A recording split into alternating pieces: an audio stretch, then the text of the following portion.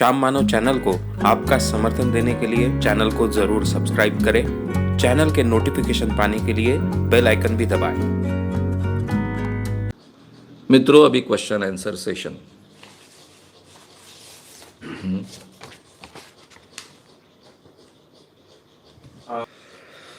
ऋषभ दुर्गे इनका सवाल है,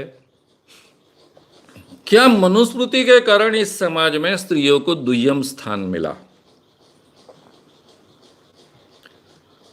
सभी धर्म ये पुरुषों ने लिखे हैं। जो भी आज धर्म हम जानते हैं वो सभी के सभी धर्म पुरुषों ने लिखे हैं। मैंने बहुत विस्तार से कुछ वीडियोज अपलोडेड किए हैं यूट्यूब पर, विवाह संस्था का इतिहास।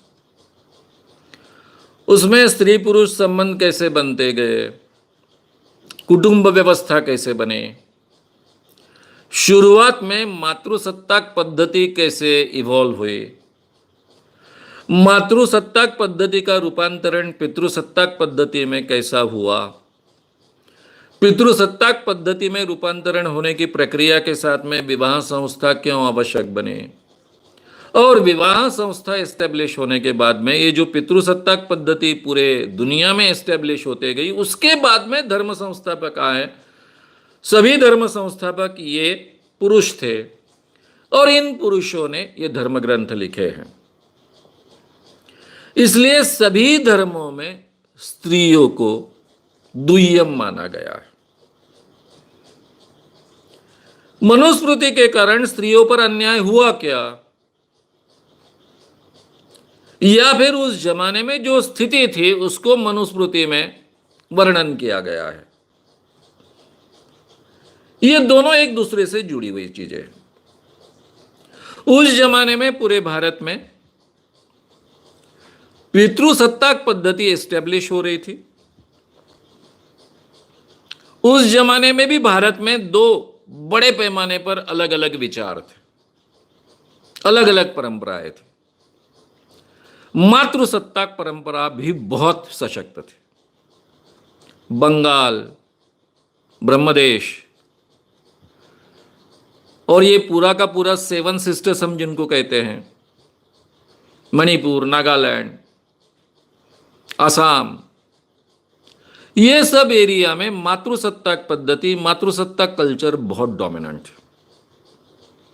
यानी एक ही भारत में एक तरफ मातृसत्ताक पद्धति ज्यादा डोमिनेंट है, दूसरी तरफ पितृसत्ताक पद्धति ज्यादा हावी है। उत्तर में पितृसत्ताक पद्धति ज्यादा हावी थी। ऐसी चमत्कारिक परिस्थिति थी। जैसे जैसे मनुस्मृति पूरे भारत में एस्टेब्लिश होते गई, मनुस्मृति के आधार पर धार्मिक निर्णय देने लगने शुरू हुए, तो डेफिनेटली उस जमाने की जो स्थिति थी वो तो मनुस्मृति में आई, लेकिन मनुस्मृति जैसे जैसे एस्टेब्लिश भारत में पूरी होती गई, वैसे वैसे स्त्रियों का स्थान दुय्यम बनना स्वाभाविक होते गया। यानी जैसे कि जहां मातृसत्ताक पद्धति बहुत एस्टेब्लिश होगी, ऐसे एरियाज में भी, उड़ीसा में भी उसमें एक हिस्सा था जिसमें मातृसत्ताक पद्धति को महत्व था। इन सब एरियाज में धीरे धीरे मातृसत्ताक पद्धति में जो स्त्री को महत्व होता है वो कम होते गया होगा। तो आज भारत में स्त्रियों की जो स्थिति दिखती है उसमें मनुस्मृति का हिस्सा तो डेफिनेटली रहा है, लेकिन केवल मनुस्मृति के कारण यह अवस्था है ऐसा नहीं है। पितृसत्ताक पद्धति एस्टेब्लिश हुई, पुरुषों के हाथ में अधिकार आते गए, उन्होंने ही धर्म की निर्मित की, उन्होंने ही धर्म को लागू करने का काम किया, और इस कारण धीरे धीरे स्त्रियों का स्थान पूरी तरह से दुय्यम होते गया। जबकि नेचर में स्त्रियों का स्थान पहले ऊपर था। पहले मातृसत्ताक पद्धति ही निर्माण हो सकती थी और मातृसत्ताक पद्धति ही पहले निर्माण हुई है। ये बहुत विस्तार से आपको ये जो मैंने कहा विवाह संस्था का इतिहास, ये पूरे सीरीज में सुनने को मिलेगा। यूट्यूब पर अपलोडेड है, शाम मानव चैनल पर। हाँ, मनुस्मृति ने स्त्री जाति पर असंख्य कठोर नियम और बंधन लगाने के पीछे क्या कारण होगा? अजय राउत इनका सवाल ऐसा है मनुस्मृति ने स्त्रियों पर इस ढंग के इतने कठोर नियम लगाने के पीछे क्या कारण होना चाहिए? देखिए, उस जमाने में आज जैसी कानून व्यवस्था तो थी नहीं, एक ऑर्गेनाइज सिस्टम नहीं थी जैसे आज है। एक सरकार है, सरकार के डिपार्टमेंट्स है, पुलिस है, लॉ डिपार्टमेंट है, कानून है। अगर कोई कानून तोड़ता है तो उसके खिलाफ केस हो सकती है, उसके लिए कोर्ट्स है। ऐसी कोई व्यवस्था थी नहीं। एक अराजक सदृश परिस्थिति पूरे दुनिया में थी। लड़ाइयाँ होती थी, राजे लोग एक दूसरे के साथ में झगड़ते थे, लड़ते थे। जो जीत कर आता फिर वो अपने नियम लागू करता। हमेशा कानून बदलते रहते, नियम बदलते रहते।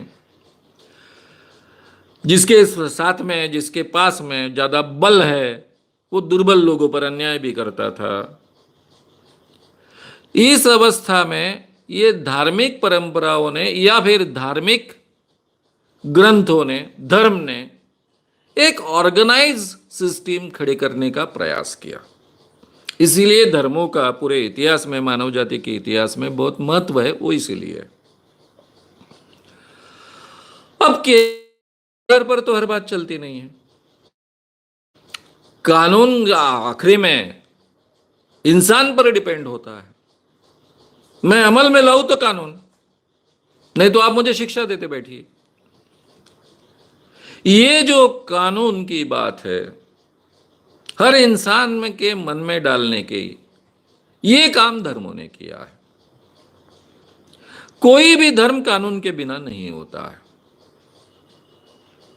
हर धर्म में ये जो कोड ऑफ कॉन्डक्ट है, जिसको हम कानून कहते हैं, चाहे उसको राज्य में कानून का दर्जा हो ना हो, लेकिन ये कोड ऑफ कॉन्डक्ट धर्म के कानून है। ये धर्म ने, सभी धर्मों ने ये काम किया।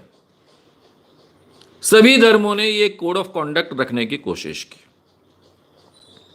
अब ये पितृसत्ताक पद्धति थी। मैंने पहले ही कहा है लास्ट सवाल के जवाब में कि सभी धर्म पितृसत्ताक पद्धति में पैदा हुए हैं, पुरुषों ने लिखे हुए हैं। स्त्री को बच्चा होता है, उसको किसी से भी बच्चा हो सकता है। उसको पता होता है कि यह बच्चा मेरा ही है, क्योंकि उसके पेट से वो जन्म लेता है। अगर उस बच्चे की देखभाल नहीं की गई तो वो मर जाता है। इसलिए मां को कुछ सालों तक, माह तक नहीं, कुछ सालों तक उसका लालन पालन करना पड़ता है, दूध पिलाना पड़ता है। इसलिए हर मां अपने बच्चे को बहुत अच्छे ढंग से जानती है, पहचानती है। उसके कोख में से वो जन्म लेता है। पुरुष के बारे में बड़ी अड़चन है। पुरुष सत्ताधीश है, उसकी संपत्ति है, जमींदार है, सरदार है, राजा है,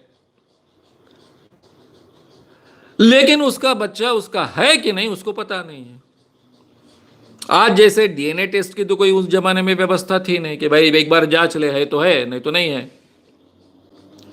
इसलिए उस जमाने में मेरे पेट से मेरा ही बच्चा पैदा होना चाहिए। इसलिए एक ही शर्त रखी जा सकती थी कि मेरे स्त्री का किसी और स्त्री के साथ, पुरुष के साथ में संबंध ना आए। और नेचर ने तो एक स्त्री के साथ में एक पुरुष जिंदगी भर रहे ऐसा पैदा नहीं किया है। नेचर की आवश्यकता है बच्चे पैदा करना, और इसलिए स्त्री को अलग अलग पुरुषों का आकर्षण लगे और वो उसके साथ में सेक्स करने के लिए तैयार हो जाए। ये एक नेचुरल इंस्टिंक्ट हर स्त्री में और हर पुरुष में होती है। ये नेचर का हिस्सा है, ताकि वो ज्यादा से ज्यादा पुरुषों के साथ में संबंध रखे और उसको ज्यादा से ज्यादा बच्चे पैदा हो। अब ये नेचर की आवश्यकता है। उसके खिलाफ जाकर हमको एक नई कल्चर निर्माण करनी है, नए नियम लागू करने हैं जो स्त्रियों ने अमल में लाने चाहिए। पति के अलावा किसी और पुरुष के साथ में उसने संबंध नहीं रखने चाहिए। अगर वो रखती है तो उसको जो बच्चा होगा वो फिर उस पुरुष का नहीं होगा। और ये पुरुष को सहन नहीं होता था कि मेरा बच्चा नहीं है और वो फिर मेरा आगे चलकर उसको पूरी संपत्ति मुझे देनी पड़ेगी। इसलिए ये विवाह बंधन कड़क करने का काम सभी धर्मों ने किया है। भारत में ये धर्म धर्म के तौर पर नहीं पनपा। मनुस्मृति केवल एक कोड ऑफ कॉन्डक्ट है और इसके आधार पर भारतीय धर्म को एक डिसिप्लिन देने का प्रयास किया गया। तो उस कोड ऑफ कॉन्डक्ट में भी यही बातें आ जाती है। इसके पीछे का उद्देश्य स्त्रियों पर अन्याय करना ये था नहीं, केवल ये उद्देश्य था कि उन्होंने और पुरुषों के साथ में संबंध नहीं रखने चाहिए, ऐसी अवस्था निर्माण करना। एक तरफ उन पर इसी ढंग के संस्कार डालना, अगर किसी और पुरुष के साथ में वो संबंध रखती है तो ये पाप है, उसको नरक मिलेगा, स्वर्ग नहीं प्राप्त होगा, ये डर भी एक तरफ बताया जाए। बावजूद स्त्रियां अपने आप को रोक नहीं पाती क्योंकि नेचर ने ही उस ढंग से उनको और पुरुषों को तैयार किया गया है।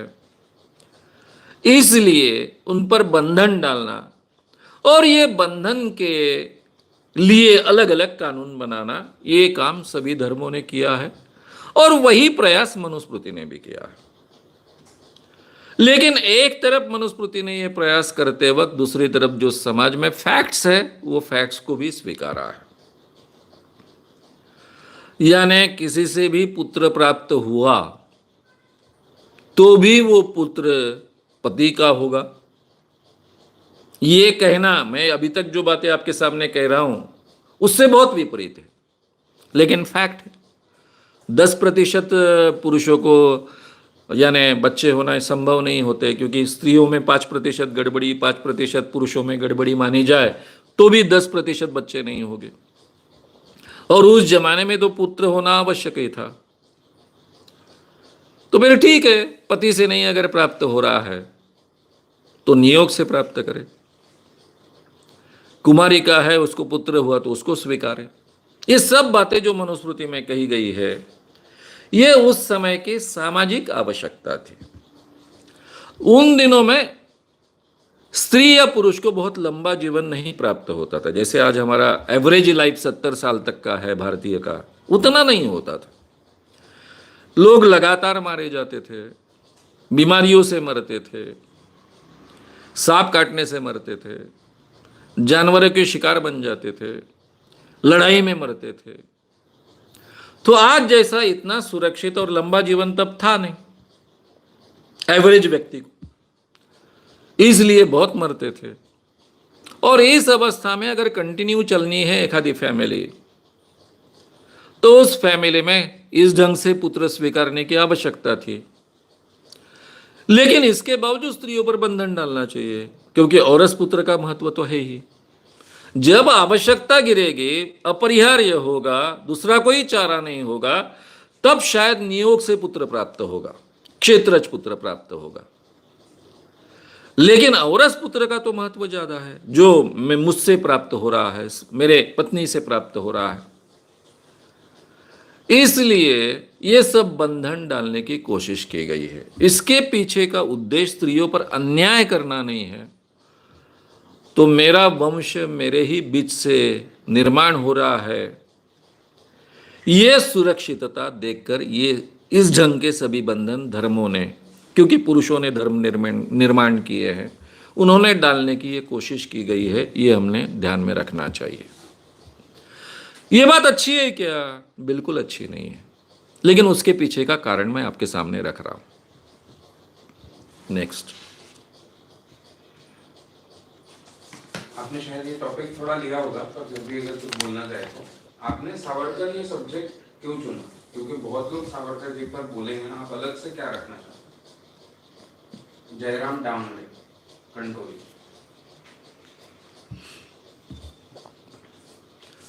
जयराम डामरे कणकवली। जयराम डामरे कणकवली, इन्होंने सवाल पूछा कि आपने सावरकर ये टॉपिक क्यों चुना। उन्होंने अपना मत भी व्यक्त किया कि सावरकर पर काफी लोग बोले हैं इस विषय पर, फिर आप क्या रखना चाहते हो नई बात? मैं आपसे पहला सवाल पूछूं, ये जो 2 व्याख्यान मैंने आपके सामने दिए वो आपने किसके मुंह से कब सुने?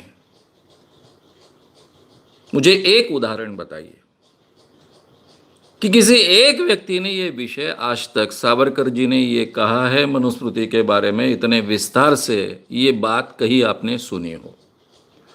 मुझे तो पता नहीं।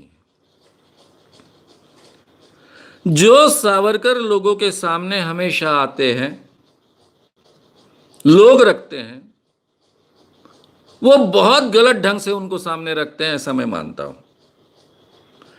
हमारे महाराष्ट्र में एक बहुत अच्छे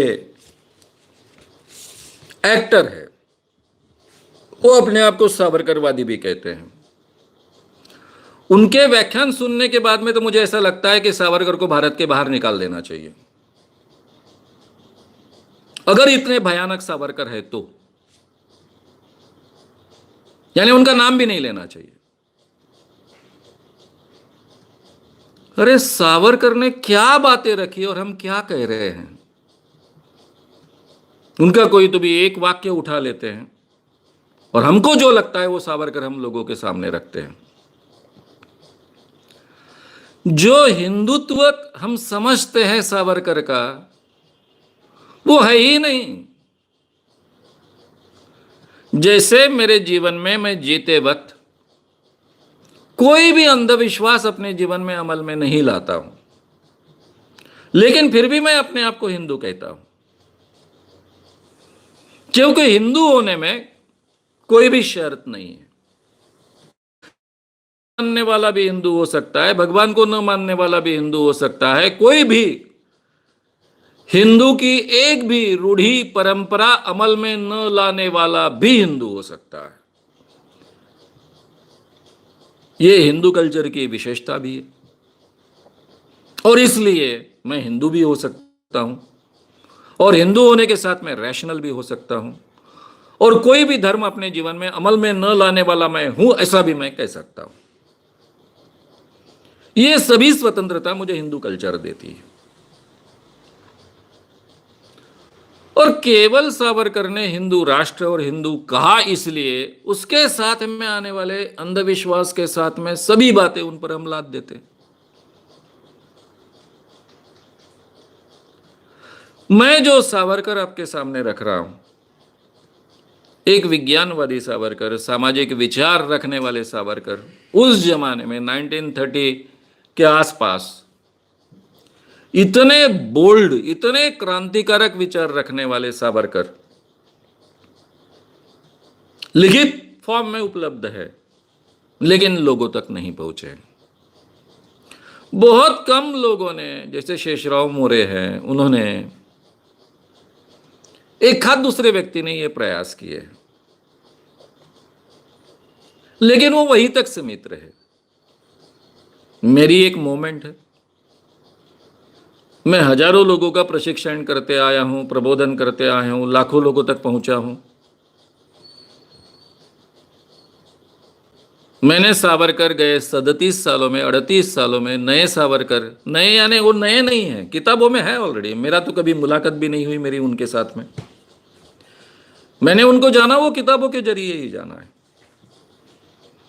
उनकी किताबें उपलब्ध है, लेकिन वो बातें लोगों तक नहीं पहुंचाई जाती, क्योंकि हिंदू ये नाम के साथ में उनकी बातें लोगों को लगता है मेल नहीं खाती, इसलिए उनका हिंदुत्व, हिंदू नाम केवल लिया जाता है, लेकिन उन्होंने जो बातें कही वो नहीं कही जाती है। और इसलिए मुझे सावरकर सीरीज लेनी पड़ रही है। आपने कह दिया कि कई लोग इस पर बोले हैं, तो मैंने आपसे तो पूछ लिया कि ये जो पूरे सीरीज में मैं जो विचार आपके सामने रख रहा हूं, तो फिर बाद में मुझे बता देना कि किन किन लोगों ने विचार रखे हैं।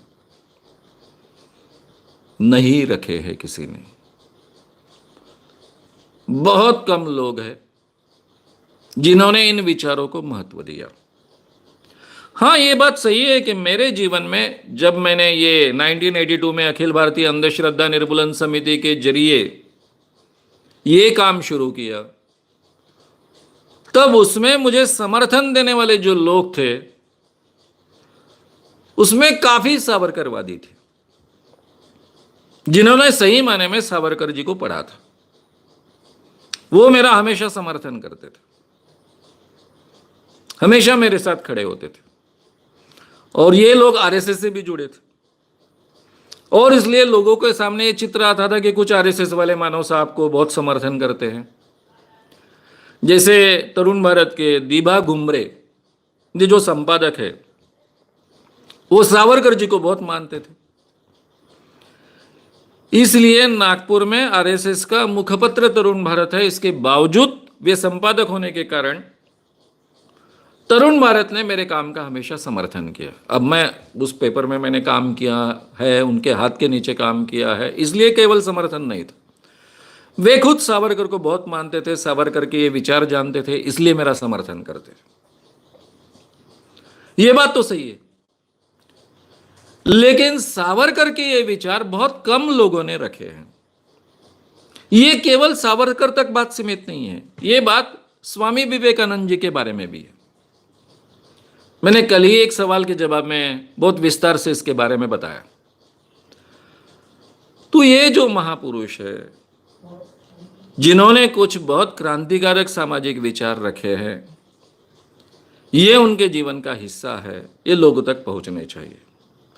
केवल यही नहीं, मैं तो प्रबोधनकार ठाकरे भी रखने वाला हूं। जब मैं प्रबोधनकार ठाकरे जी को आगे रखूंगा तो आपको इतनी दिक्कत हो जाएगी, अरे बाप रे, इतनी भयानक बातें इस व्यक्ति ने कही थी, ऐसा आपको लगेगा।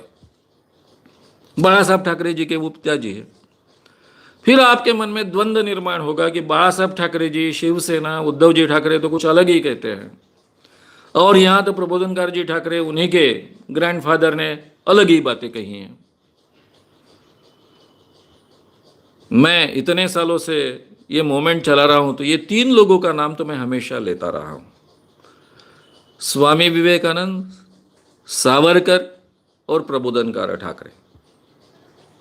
इन तीनों का नाम लेने का कारण भी ऐसा है कि इन तीनों को हिंदू माना जाता है। हिंदुत्ववादी ये शब्द का मैं उपयोग नहीं करूंगा, हिंदू माना जाता है। जबकि फुले हिंदू थे, अंबेडकर 56 साल तक हिंदू थे, शाहू महाराज हिंदू थे, लेकिन फुले शाहू अंबेडकर को कोई हिंदू मानने को तैयार नहीं। हाँ, वे तो हिंदू धर्म नकारने वाले हैं, ऐसा आम हिंदू उनके बारे में समझता है। वो प्रोग्रेसिव है, वो हिंदू धर्म नकारने वाले। सावरकर जी के सामाजिक विचार और वैज्ञानिक विचार इन लोगों ने लोगों के सामने बड़े पैमाने पर नहीं लाए, शायद इसलिए उनको अभी भी हिंदू माना जाता है, हिंदुत्ववादी माना जाता है। और इसलिए उन्होंने एक्चुअली क्या कहा, यह मैं लोगों के सामने लाना चाहता हूं, क्योंकि जो अपने आप को हिंदू समझता है उसके लिए यह बहुत महत्व की बात होती है। उसके लिए मैंने व्याख्यान की शुरुआत करते हुए 2 प्रोग्राम का उल्लेख किया है। एक अहेरी में बजरंग दल ने मेरा व्याख्यान न होने के लिए बहुत कोशिश की थी, लेकिन मेरे व्याख्यान के बाद में क्या परिवर्तन हुआ मैंने आपसे कहा, कल के व्याख्यान में है। और दूसरा उदाहरण मैंने जो दिया वो मीरज का है, जहां शिवसेना के साथ में सभी हिंदूवादी संगठन मेरे खिलाफ खड़े हुए थे,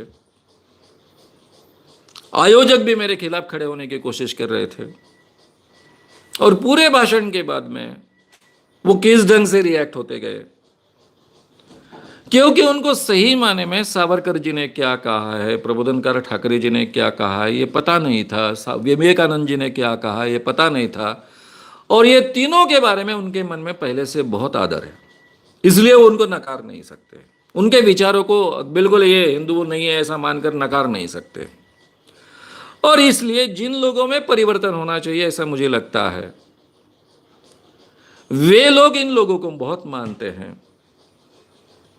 इसलिए इन्होंने, आप जो विचार अपना विचार समझते हो या फिर हिंदू अपने आप को समझते हो, इसका सही मतलब इन लोगों ने क्या कहा है, इनका हिंदुत्व क्या था या फिर हिंदू विचार क्या था, ये लोगों के सामने लाना मुझे बहुत आवश्यक लगता है, इसलिए मैं इस विषय पर इतने विस्तार से ये सीरीज ले रहा हूँ। और ये मेरे सामाजिक काम की आवश्यकता भी है। नेक्स्ट। एक ही तरह के सवाल 3 लोगों ने पूछे हैं कि सावरकर जी की लिखी हुई कौन सी किताबें हैं, आप अगर नाम बताएंगे तो अच्छा होगा।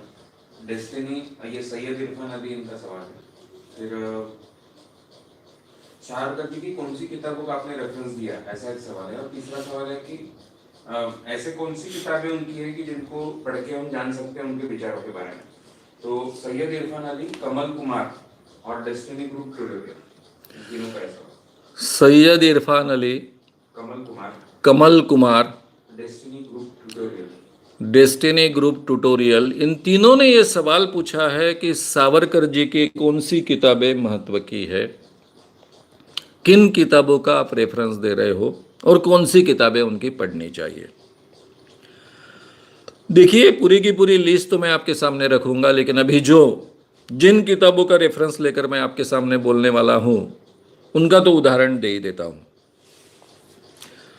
ये पहली किताब है प्राचीन अर्वाचीन महिला, आतमध्ये पुस्तक है, देखिए प्राचीन अर्वाचीन महिला, ये किताब है जिसमें हिस्सा मैंने आपके सामने रखा 2 व्याख्यान में, वो हिस्सा इस किताब में है। दूसरा एक महत्व का किताब है जिसको सही माने में हिंदू यानी क्या, हिंदू राष्ट्र यानी क्या, सावरकर जी की हिंदू राष्ट्र की कल्पना क्या है, ये अगर समझना है तो उनका दूसरा एक किताब है हिंदू राष्ट्र दर्शन।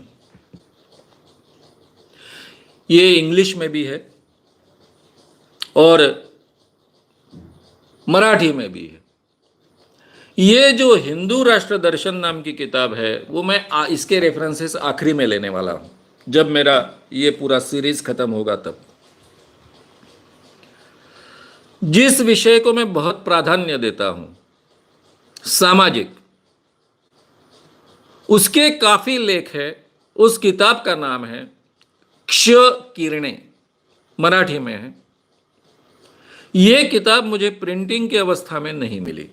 मेरे पास एक पुरानी किताब थी, वो बहुत खराब हो गई थी।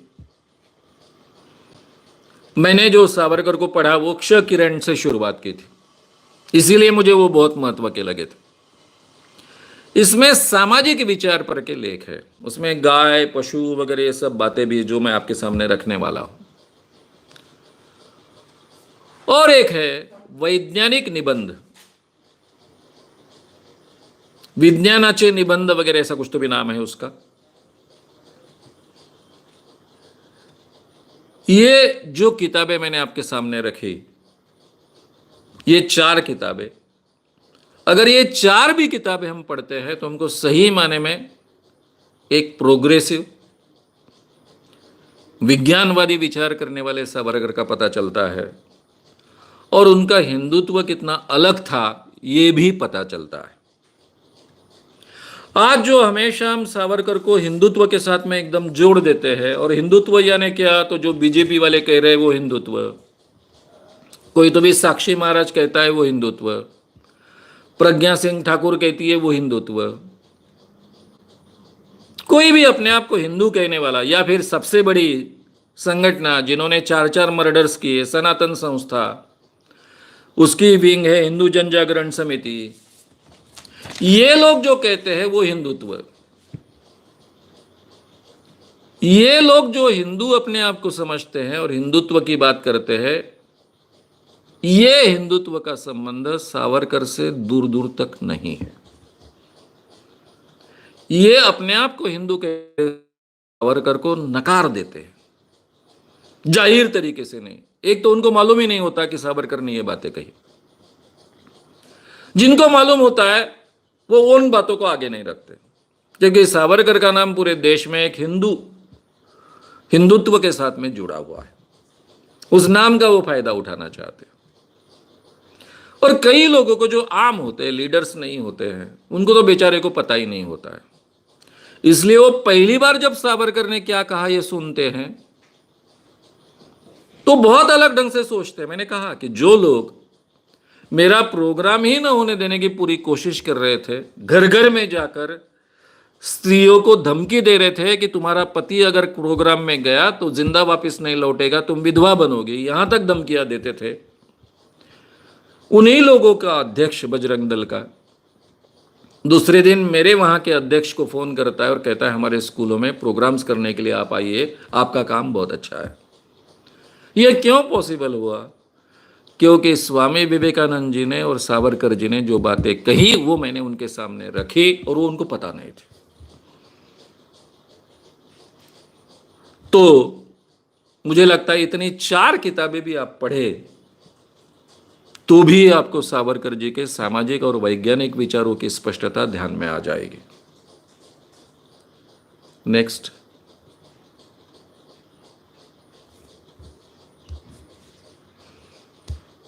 मनुस्मृति के हिसाब से 4 वर्ण बने हैं, तो इन वर्ण के लोगों के विचार करने के तरीके पर भी इसका असर पड़ता है क्या?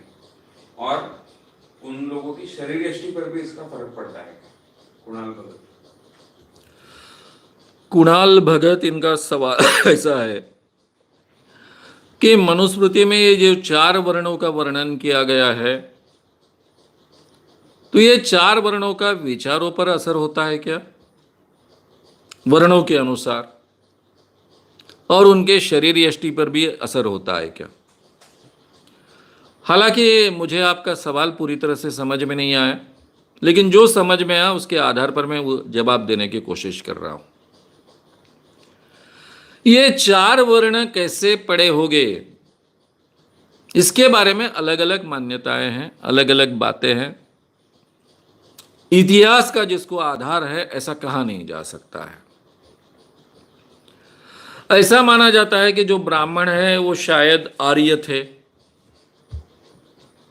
कहीं से तो भी आए, इस देश में बस गए, और यहां पहले से जो स्थानिक लोग रहते थे वे जो थे उनको शूद्र माना गया, पहले से जो थे। अब इसके बारे में कोई साहित्यिक ऐतिहासिक सटीकता नहीं है, क्योंकि हमारे भारत में इतिहास लेखन की परंपरा बहुत पुरानी नहीं है।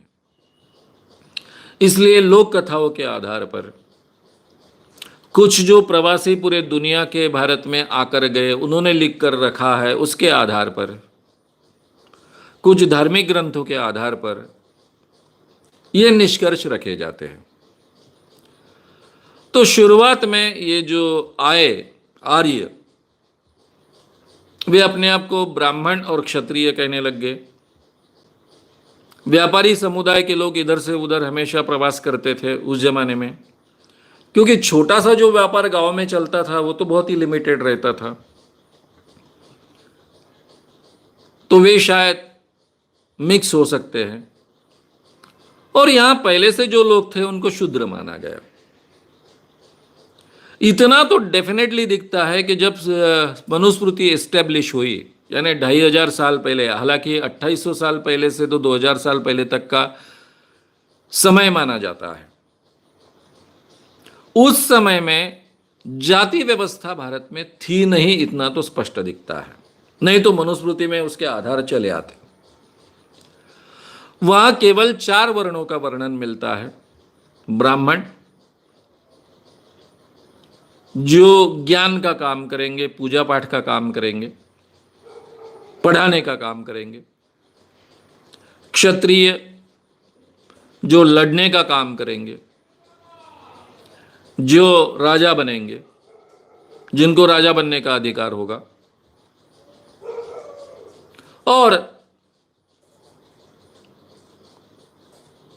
वैश्य व्यापार करेंगे, और शूद्र सभी मेहनत का काम करेंगे। यानी सभी व्यवसाय करने वाले जितने लोग थे, तेली है, बढ़ई है, लोहार है, खेती में काम करने वाले खेतिहर है, गांव की सफाई करने वाले हैं, ये सभी लोगों को शूद्र माना गया। लेकिन शुरुआत में शूद्रों को सामाजिक दृष्टया कम महत्व नहीं था। अगर होता तो भारत इतनी प्रगति नहीं कर पाता, भारत में सोने का धूर कभी निकल नहीं पाता।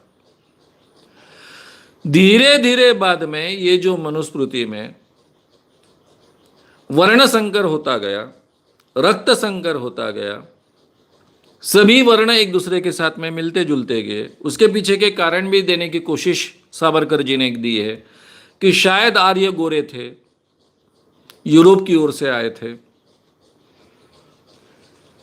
ये जो आर्य गोरे थे और यहाँ के जो स्थानिक लोग थे वो काले थे, तो ये काला गोरा वर्ण इतना एक दूसरे में मिक्स होने लग गया और वो बच्चों में दिखने लग गया। इसलिए रक्त शुद्धि के आग्रह के खातिर बाद में वर्णों में आपस में जो विवाह होते थे उनको रोक लगाने की कोशिश की गई। और एक बार रोक लगाने की कोशिश की जाती है, रक्त शुद्धि का आग्रह बढ़ता है, तो वो केवल एक वर्ण तक सीमित नहीं रहता है। धीरे धीरे उसका दायरा बढ़ते गया और संकुचित होते गया और संकुचित होते गया और संकुचित होते गया, और उसमें से ये जाति व्यवस्था पनपी है। ये ध्यान में आता है। अब वर्णों के आधार पर अलग अलग विचार हो गए क्या? उस जमाने में होना स्वाभाविक था, क्योंकि ब्राह्मण जो विचार करते थे वो केवल ज्ञान का विचार करते थे, क्षत्रियों को मार्गदर्शन करने का विचार करते थे, लेकिन एक्चुअल लड़ाई नहीं करते थे। एक्चुअल लड़ाई तो क्षत्रिय करते थे। तो क्षत्रिय के आचार और विचार अलग रहेंगे, ब्राह्मणों के थोड़े से अलग रहेंगे, विचार भी अलग रहेंगे। वैश्य केवल व्यापार के क्षेत्र में धन का विचार करेगा, और शूद्र अपने क्षेत्र में, जिस क्षेत्र में वो काम करता है उसके बारे में विचार करेगा। ऐसे विचार करने की अलग अलग अवस्था तो होने वाली है, लेकिन उनके शरीर भी उस ढंग से बनेंगे क्या? तो डेफिनेटली बनेंगे ना। अब वर्ण संकर तो हो चुका था, ब्लड में मिक्सचर तो हो चुका था। इसीलिए मनुस्मृति का आधार लेकर ही सावरकर कहते हैं कि आज भारत में एक भी व्यक्ति शुद्ध रक्त का नहीं है। अपने आप को मैं ब्राह्मण हूं, मेरे में कोई गड़बड़ी नहीं हुई, ऐसा कोई कह नहीं सकता है। यह तो मनुस्मृति में स्पष्ट दिखता है। सभी वर्ण एक दूसरे के साथ में मिले हैं, रक्त शुद्धि तो बची नहीं। इसीलिए गोरे ब्राह्मण भी होते हैं, काले ब्राह्मण भी होते हैं, गोरे शूद्र भी होते हैं और काले शूद्र भी होते हैं। इसलिए अब वर्ण के आधार पर, शरीर यष्टि के आधार पर फर्क नहीं कर सकते। देह अलग हो गए क्या, उसकी गुंजाइश बहुत कम मिलती है, लेकिन काम के जरिए तो फर्क होता ही है ना। जो लोहे का काम करेगा, रोज हथौड़ा मारेगा, तो उसके स्नायु तो बहुत बलवान होंगे, तभी वो लोहार का काम उत्तम ढंग से कर पाएगा, मेहनत का काम उत्तम ढंग से कर पाएगा। ये जो उसके काम के कारण जो शरीर में अंदर आना चाहिए वो तो आ सकता है, लेकिन जिसको हम जेनेटिक कहते हैं, ऊंचाई है, ये जेनेटिक होती है। कलर है, जेनेटिक होता है। केवल शरीर के स्किन का कलर नहीं, आंखों का कलर है, वो भी जेनेटिक होता है। तो इसके बारे में आपको अलग अलग कुछ मिलेगा नहीं कि भाई शूद्र में अलग, फिर ब्राह्मणों में अलग, ऐसा नहीं मिलेगा, क्योंकि रक्त मिक्सचर तो पहले ही बहुत कुछ हो चुका है। तो इसलिए वो तो संभावना नहीं है। आगे चलकर ये विचारों का भी अंतर अब तो बचा नहीं है।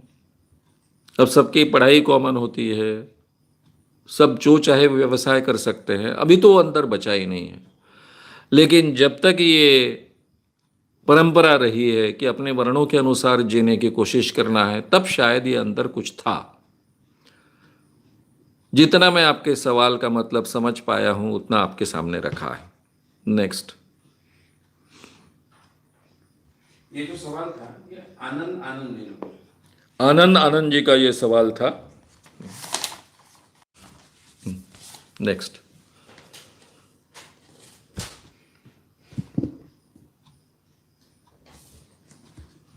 इतिहास कैसा था ये हम कितने हजार वर्षों तक पीछे तक जान सकते हैं, यानी कहाँ तक का इतिहास हमको पता है, उसकी क्या लिमिट है? जफर अंसारी।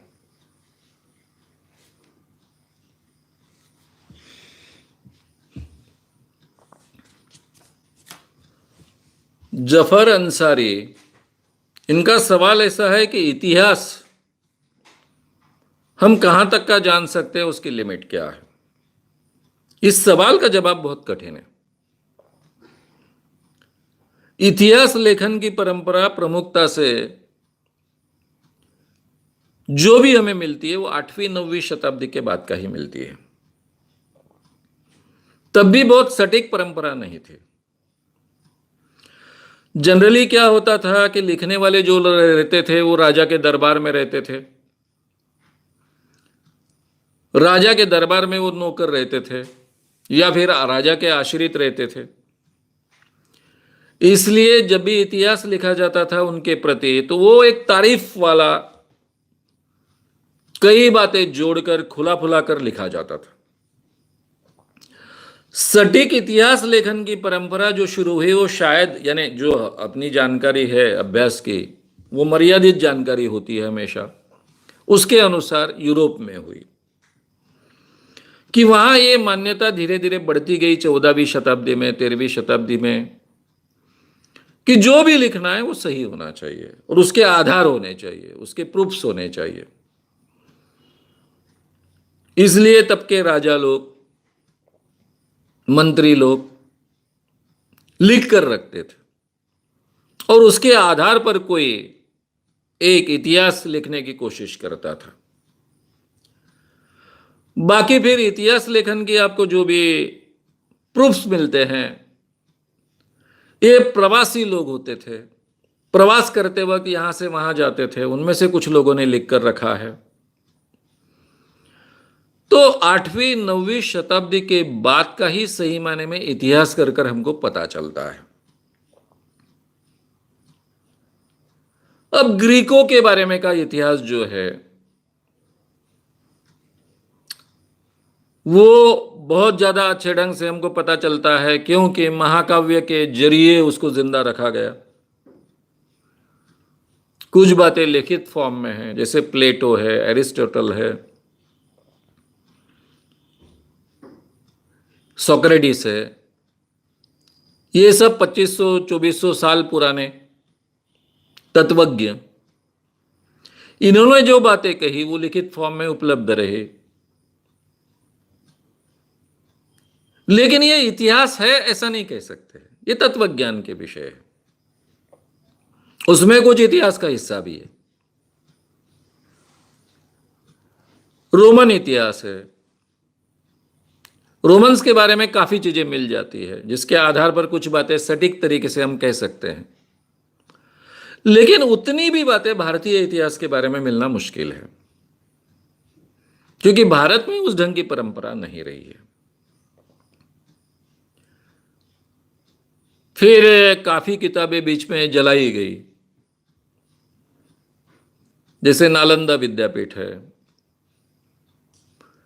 कई किताबें भस्म हुए, शायद उसमें कुछ प्रूफ्स मिल सकते थे। इसलिए कोई भी सटीक इतिहास अगर हम देखेंगे तो 9वीं-10वीं शताब्दी के बाद ही उपलब्ध है। यानी ग्रीकों के बारे में जो लिखा गया है, रोमन्स के बारे में जो लिखा गया है, वो भी हमको 9वीं-10वीं शताब्दी के बाद का ही मिलता है। अब वो वैसा के वैसा ही था कि नहीं, यानी आज हमारे पास क्या प्रूफ हो सकते हैं? शिलालेख, जैसे अशोका के बारे में है, बुद्ध धर्म के बारे में है। ये शिलालेख परमानेंट है, 2500 साल तक है, अभी 2300 साल तक है, तो उसके आधार पर हम कुछ कह सकते हैं। लेकिन बाकी जो लिखित फॉर्म में होता था उसकी कॉपियां बनती थी, कुछ सालों में, कुछ सैकड़ों सालों में वो खराब होते थे, फिर उसकी प्रतिलिपियां बनते थे। प्रतिलिपियां बनते बनते उसमें कुछ डाला भी जा सकता था, उसमें कुछ परिवर्तन किया जा सकता था।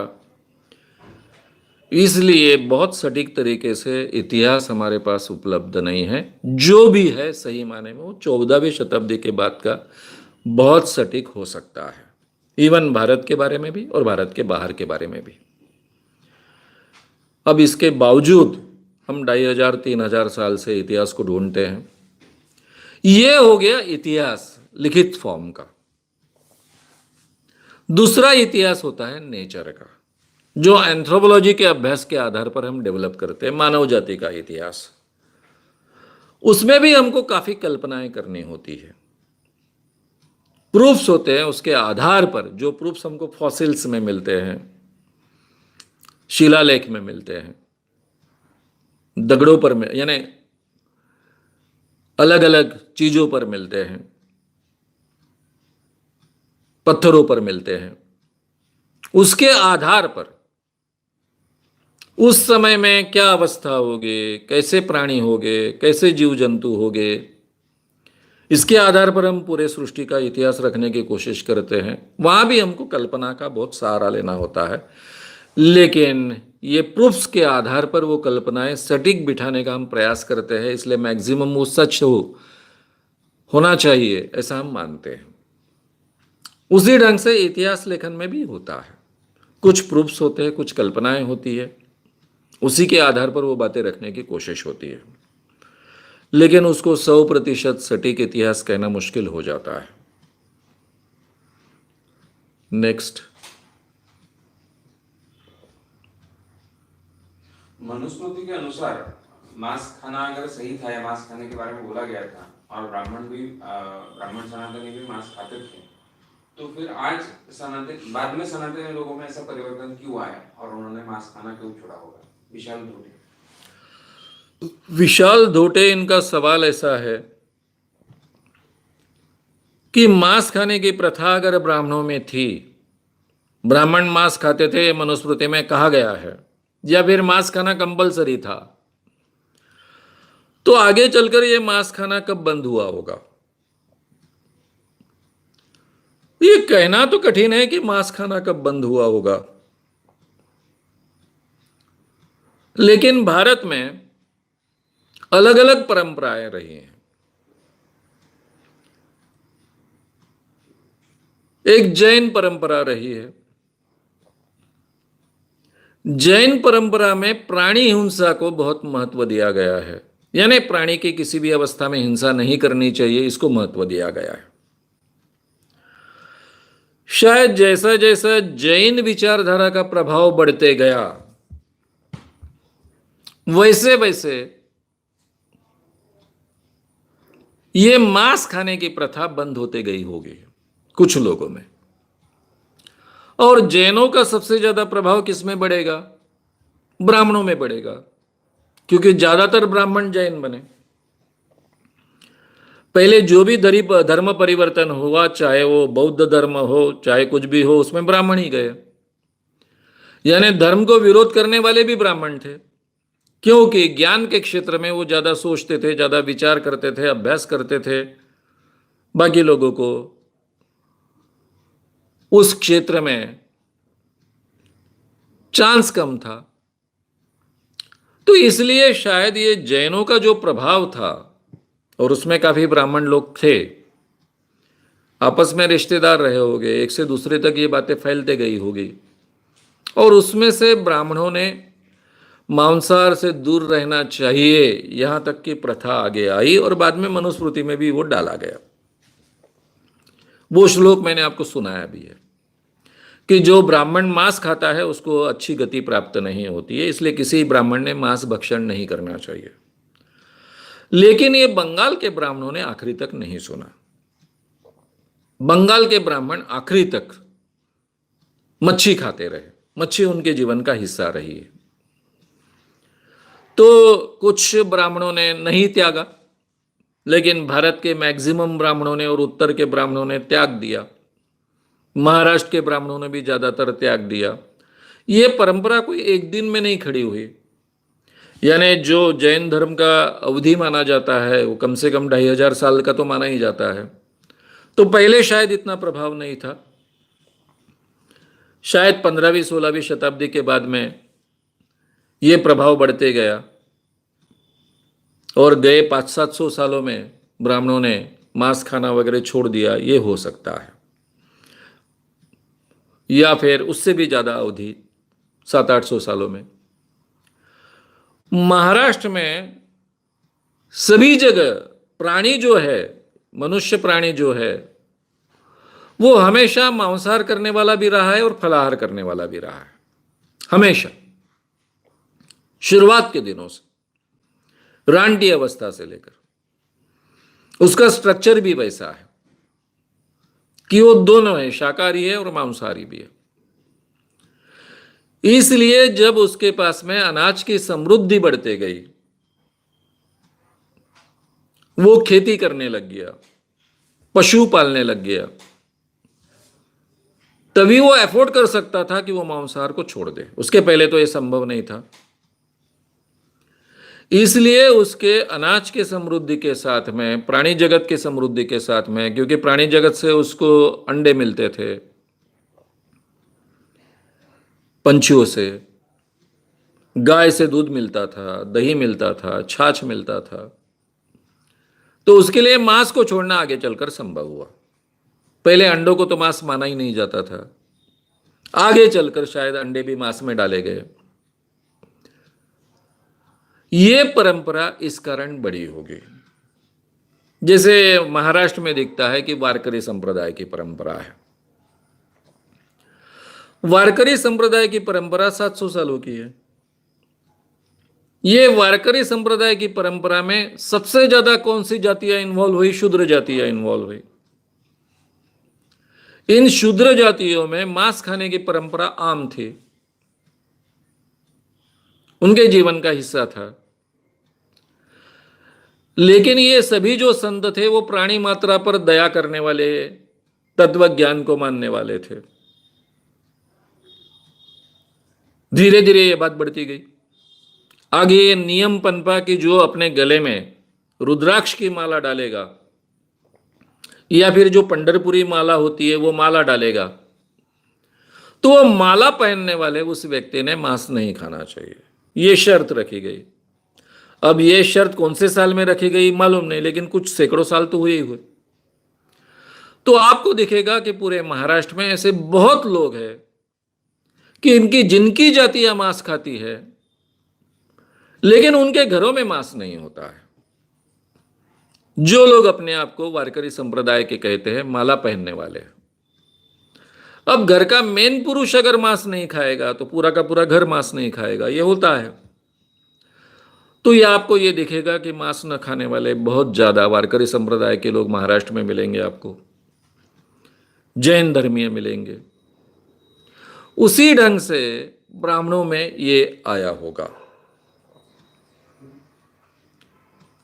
लेकिन देश के काफी प्रांतों के ब्राह्मण आज भी मांसाहार परंपरागत करते आए हैं, जिसमें मैंने बंगाल का वो उदाहरण लिया, और भी कुछ प्रांतों के हो गए। उत्तर के ब्राह्मण शायद मांस नहीं खाते हैं, महाराष्ट्र के ब्राह्मण शायद मांस नहीं खाते हैं। ये अंदाजन कहना पड़ता है क्योंकि इसका कोई इतिहास लेखन तो मिलता नहीं है। नेक्स्ट। आजादी के पहले किसी समाज सुधारक या स्वतंत्रता सेनानी ने मनुस्मृति का पूरी तरह से समर्थन किया था क्या? या मनुस्मृति के बारे में पॉजिटिव किसी ने बोला था क्या? यूनुस हुक्केरी। यूनुस हुक्केरी आजादी के पहले किसी स्वातंत्र्य सेनानी ने मनुस्मृति का समर्थन किया था क्या? उसके बारे में पॉजिटिव बोला था क्या? इसके बारे में जवाब देना बहुत कठिन है, क्योंकि मनुस्मृति का नाम लेकर ये बातें कही गई ऐसा नहीं हुआ है। लेकिन शाहू महाराज के बारे में ये हो चुका है। शाहू महाराज को, जिसको हम कहते हैं राज तिलक लगाना, इसका अधिकार है कि नहीं, इसके बारे में पूना में चर्चा हुई। और इस पूना में जो चर्चा हुई उसमें इसके विरोध में मत लोकमान्य तिलक जी ने व्यक्त किया था, ऐसा कहा जाता है। उसके बारे में काफी चर्चाएं होती है। आज भी लोकमान्य तिलक पर वो धब्बा माना जाता है, जबकि लोकमान्य तिलक बहुत प्रोग्रेसिव थे। ब्राह्मण होने के बावजूद उन्होंने बहुत अलग अलग जातियों को जोड़ लिया था, और वो पूरे भारत के सर्वमान्य, पूरे भारत में जिसको लोग मानते हैं, ऐसे पहले कांग्रेस के नेता है। गांधी तो उनसे बहुत बड़े व्यापक बने बाद में। लेकिन उन्होंने जब ये सवाल आया शाहू महाराज का, तब अलग भूमिका ली थी। वेदों के आधार पर उनको ये अधिकार नहीं, ऐसी भूमिका ली थी। ये तो जानकारी है। अभी मेरे पास वो कोई रेफरेंसेस उपलब्ध नहीं है, क्योंकि ये सवाल आएगा ये मेरे दिमाग में था भी नहीं। लेकिन कभी तो भी ये रेफरेंसेस लेकर ये सब बात आपके सामने रखूंगा। लेकिन उतनी एक बात छोड़ दे तो लोकमान्य तिलक ने कभी मनुस्मृति का समर्थन किया, ऐसा कोई उदाहरण मिलता नहीं है। लेकिन किसी ने मनुस्मृति के खिलाफ बोला, यह भी उदाहरण मिलता नहीं है। यानी आप कोई किसी स्वतंत्र सेनानी का ऐसा नाम नहीं ले सकते कोई जिसने मनुस्मृति के खिलाफ बोला। केवल एक स्वतंत्र वीर सावरकर ही है।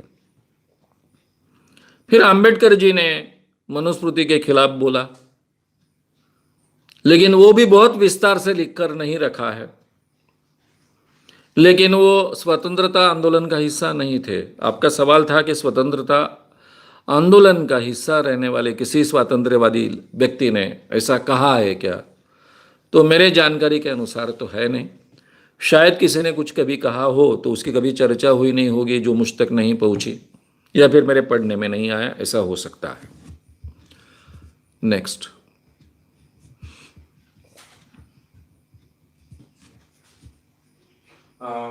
आजकल हिंदुत्ववादी लोग जो हैं वो सावरकर की सच्चाई बाहर नहीं आने देते और उनकी बातों को गलत तरीके से पेश करते रहते हैं। तो सावरकर जी की सच्ची बातें कैसे जाने और ये झूठे प्रचार से कैसे बचे? अनिल जाधव, इनका सवाल ऐसा है कि सावरकर जी के ये जो विचार है वो विचार कभी जिनको जो सावरकर का नाम लेते हैं ऐसे हिंदुत्ववादी आगे नहीं आने देते। तो ये हिंदुत्ववादी लोगों के झूठे प्रचार से कैसे बचे और सावरकर जी के ये विचार कैसे उजागर करें? मित्रों, यही तो प्रयास हम कर रहे हैं, जिसमें आपको भी शरीक होना है। सावरकर जी के ये वैज्ञानिक विचार और सामाजिक विचार मैं गए 37 सालों से लोगों के सामने रखते आया हूं। लेकिन तब मेरी मर्यादा थी। मर्यादा क्या थी कि मैं पेपर में आर्टिकल लिखता था। लोकमत जैसा सबसे ज्यादा बिकने वाला एक डेली, लाखों लोग उसको पढ़ते थे। अब एक बात तो आप 10 बार रिपीट नहीं कर सकते हो। यानी मेरे पूरे जीवन में मैंने सावरकर के कुछ उद्धरण लिए होंगे मेरे आर्टिकल्स में, तो 4-5 बार आए होंगे 10 साल के लेखन में, 15 साल के लेखन में। लोगों ने पढ़ा, भूल गए। मेरा व्याख्यान हुआ 3 घंटे का, उसमें मैंने कुछ 5 मिनट सावरकर जी पर बोले, 10 मिनट सावरकर जी पर बोले, उनके कुछ उदाहरण दिए। लोगों ने सुने, प्रभावित हुए। उसके बाद में 5-10 साल तो मैं उस गांव में नहीं जाने वाला हूं। बाद में लोग भूल गए। ये जो माध्यम की मर्यादा थी कि पेपर में जो छप के आता है कुछ ही दिनों में खत्म हो जाता है। फिर उनकी किताबें प्रसिद्ध हुई तो कोई किताब लेगा, पढ़ेगा। अपने यहाँ किताब लेकर पढ़ना, इनकी संख्या बहुत कम है।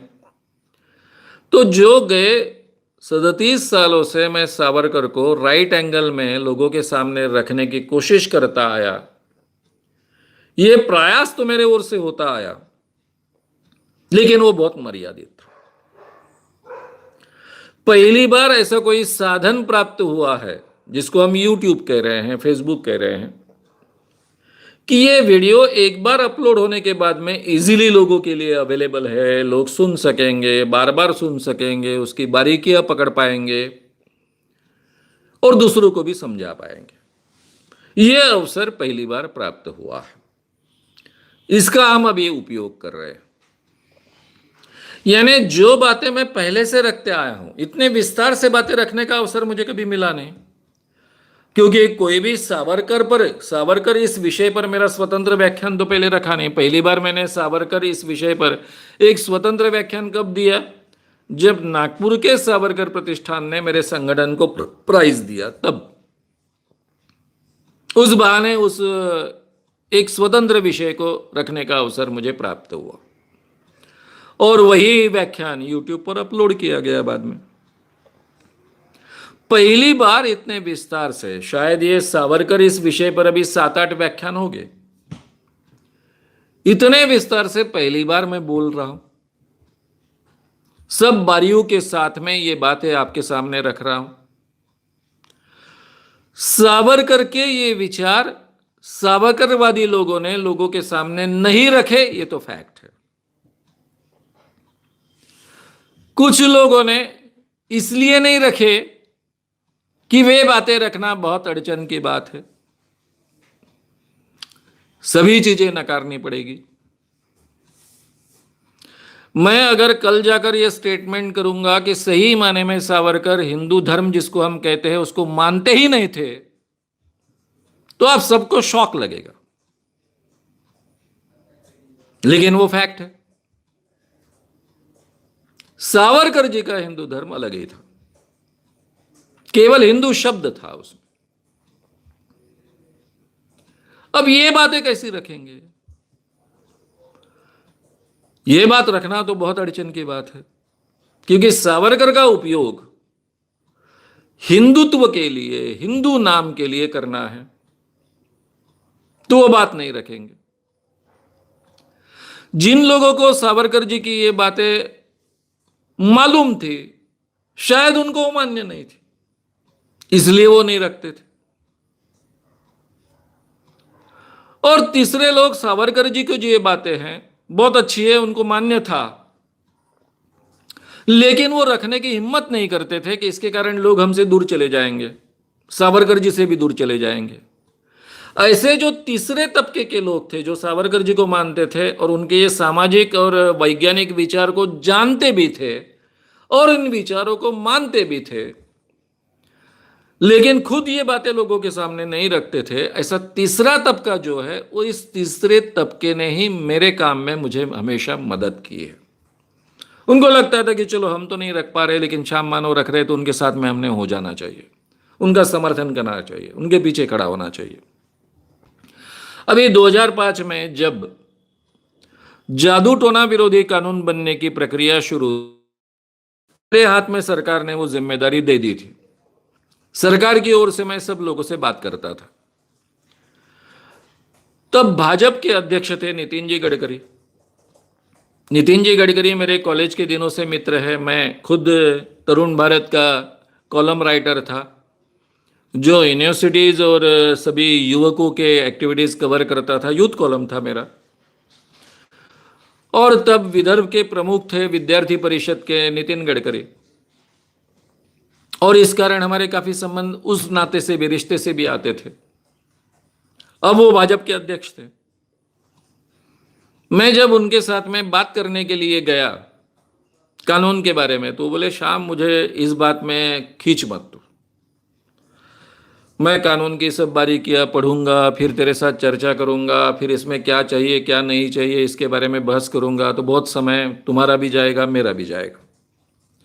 मैं ऐसा करता हूं कि मेरी ओर से यानी भाजपा की ओर से एक व्यक्ति को तुमको दे देता हूं जो खुद विचारों से सावरकरवादी है। उन्होंने क्या कहा कि वे खुद विचारों से सावरकरवादी है, इसलिए तेरे कानून के काम में उनकी बहुत अच्छी मदद तुझे होगी, बहुत अच्छा सपोर्ट भी मिलेगा। और उन्होंने जो मान्य किया वो भाजपा मान्य करेगी। और उन्होंने अशोक मोडक नाम के एक एमएलए को, जो विधान परिषद के एमएलए थे, उनके तरफ ये जिम्मेदारी सौंप दी, उनका परिचय भी मुझसे करवा दिया। और सही माने में अशोक मोडक जी की इस कानून बनने की प्रक्रिया में बहुत मदद हुई। उन्होंने भाजपा के बाकी लोगों को, एक बार कानून बनने की प्रक्रिया शुरू हुई उसमें बदलाव हुए, उनके जो जो ऑब्जेक्शंस थे उनको उस ऑब्जेक्शंस के अनुसार कानून में बदलाव किए गए। वो तो अंधश्रद्धा के खिलाफ थे ही, नहीं हुई। यानी उनके और मेरी चर्चा में मुझे एक भी ऐसा कोई बदलाव नहीं करना पड़ा कि जो मुझे मान्य नहीं था, या फिर मुझे लगता था कि रहना चाहिए लेकिन अशोक मोडक कह रहे इसलिए निकालना पड़ रहा है, ऐसा एक भी मुद्दा नहीं था। क्योंकि वो अंधविश्वास के खिलाफ तो थे ही। उनका सवाल था कि केवल भाजपा के बाकी लोगों का भी समर्थन हमको मिलना चाहिए। अगर भाजपा का पूरा समर्थन मिलेगा तो कानून बनना आसान होगा। तो सावरकरवादी लोगों का, जो लोग उनके वैज्ञानिक विचार और सामाजिक विचार जानते हैं, उसका समर्थन करते हैं, उनकी इस ढंग से मदद मिलती गई। या फिर मेरे जब भी भाषण होते गए तो कई सावरकरवादी आकर मिलते हैं और कहते रहे ये विचारों को कभी महत्व नहीं दिया गया, सही सावरकर हम तो लोगों के सामने रख रहे हो, बहुत अच्छा काम कर रहे हो, ये भी कहते आए। तो ये तो है, इसलिए मैं सावरकर का ये जो पूरा सीरीज आपके सामने रख रहा हूं, आपका ध्यान खींच रहा हूं, ये लोगों तक बड़े पैमाने पर पहुंचाना, आपने भी ये बातें लोगों तक पहुंचाना, केवल शेयर कर कर या फिर केवल लाइक कर कर नहीं, एक्चुअली लोगों से बहस कर कर, चर्चा कर कर ये बातें उन तक पहुंचाना। इसमें से ही सही सावरकर, विज्ञानवादी सावरकर, सामाजिक सुधार रखने वाले प्रोग्रेसिव सावरकर लोगों तक पहुंचेंगे। और ये भी संदेश उसमें से पहुंचेगा कि अपने आप को हिंदुत्ववादी कहने वाले लोग भी प्रोग्रेसिव बन सकते हैं, विज्ञानवादी बन सकते हैं, और उसका हिंदुत्व कायम भी रह सकता है, क्योंकि जो भारत में पैदा हुआ वो हिंदू, इसके अलावा कोई दूसरी व्याख्या सावरकर जी ने की नहीं है। उन्होंने केवल एक भेद किया है कि जो जिनके पितृभू भारत है और पुण्यभू है, तो जो पुण्यभू भारत के बाहर मानते हैं उन्होंने हिंदू के बाहर निकाला है। लेकिन आम जो इंसान है, जो भारत में पैदा हुआ, जिसका धर्म संस्थापक भी भारत में पैदा हुआ, वो सबको हिंदू मानते हैं। उसकी कोई शर्त नहीं है, मनुस्मृति माननी चाहिए, वेद मानने चाहिए, अमुक मानना चाहिए, तमुक कोई शर्त नहीं है। तो इसलिए उनके ध्यान में आएगा कि ये विज्ञानवादी विचार स्वीकारना, प्रोग्रेसिव विचार स्वीकारना हमारे हिंदू होने में अड़चन नहीं निर्माण करता है, उल्टा हमको ज़्यादा सशक्त बनाता है, सबल बनाता है। ये संदेश भी उन तक आसानी से पहुंच पाएगा। मैं हमेशा विचार करता हूं हमको किन लोगों में परिवर्तन करना है। जो ऑलरेडी प्रोग्रेसिव है उनमें परिवर्तन करना है क्या? तो उनमें परिवर्तन करने की आवश्यकता ही नहीं, क्योंकि ऑलरेडी वो प्रोग्रेसिव बने हैं। जो प्रोग्रेसिव नहीं बने हैं उनमें ही तो परिवर्तन करने की आवश्यकता है। और वहां पर ये स्वामी विवेकानंद, सावरकर, प्रबोधनकार ठाकरे महाराष्ट्र के लिए, और सावरकर और स्वामी विवेकानंद पूरे भारत के लिए बहुत महत्व का रोल प्ले कर सकते हैं। इसलिए उनके विचार ये ताकत से मैं आपके सामने रख रहा हूं, और ये हम सबको लोगों तक फैलाने भी है। नेक्स्ट,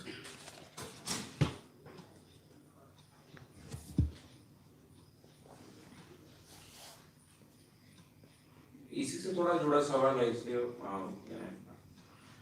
गांधी जी का बारे में सच जानने के लिए कौन से पब्लिकेशन या राइटर की बुक्स को प्रेफर करना चाहिए? श्याम सिंह का।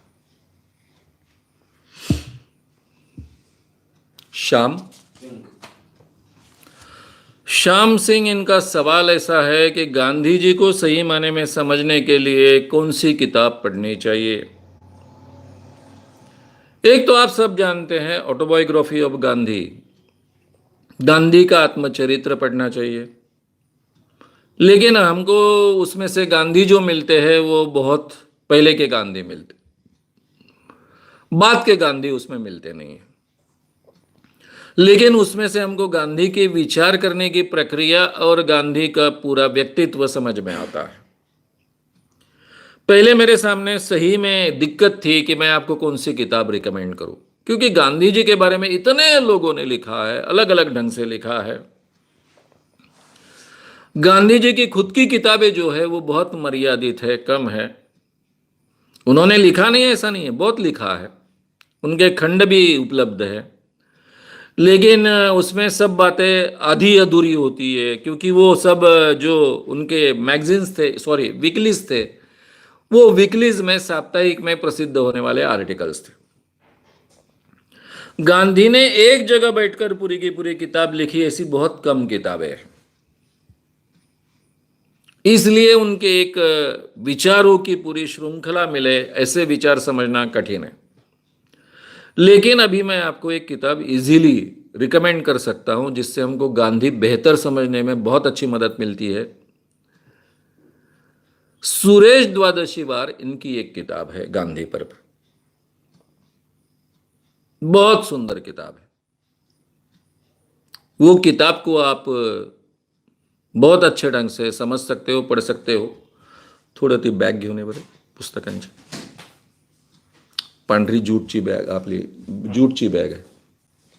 मैं आपको वो किताब का दर्शन भी दे देता हूं. हालांकि सुरेश द्वादशीवार इन्होंने महाराष्ट्र का जो एक साधना नाम का साप्ताहिक है, उस में पूरी की पूरी सीरीज निकाली. उसमें ये एक किताब है गांधीजी आणि त्यांचे टीकाकार. सुरेश द्वादशीवार ये लोकमत के संपादक है, मेरे बहुत अच्छे मित्र हैं. बहुत सुंदर किताब लिखी है, मराठी में है. ये दिक्कत है. और उनका बहुत सटीक गांधी जी का अभ्यास होने के कारण और विचारों में बहुत क्लैरिटी होने के कारण ये किताब को मैं रिकमेंड करूंगा. अब अगर आपको मराठी नहीं समझती है तो फिर दिक्कत की बात है.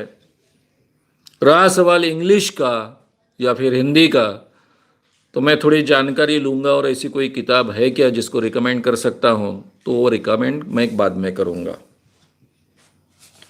नेक्स्ट. मनुस्मृति में ऐसी परस्पर विरोधी बातें क्यों लिखी गई या परस्पर के नियम क्यों बने? विनायक दांगड़े.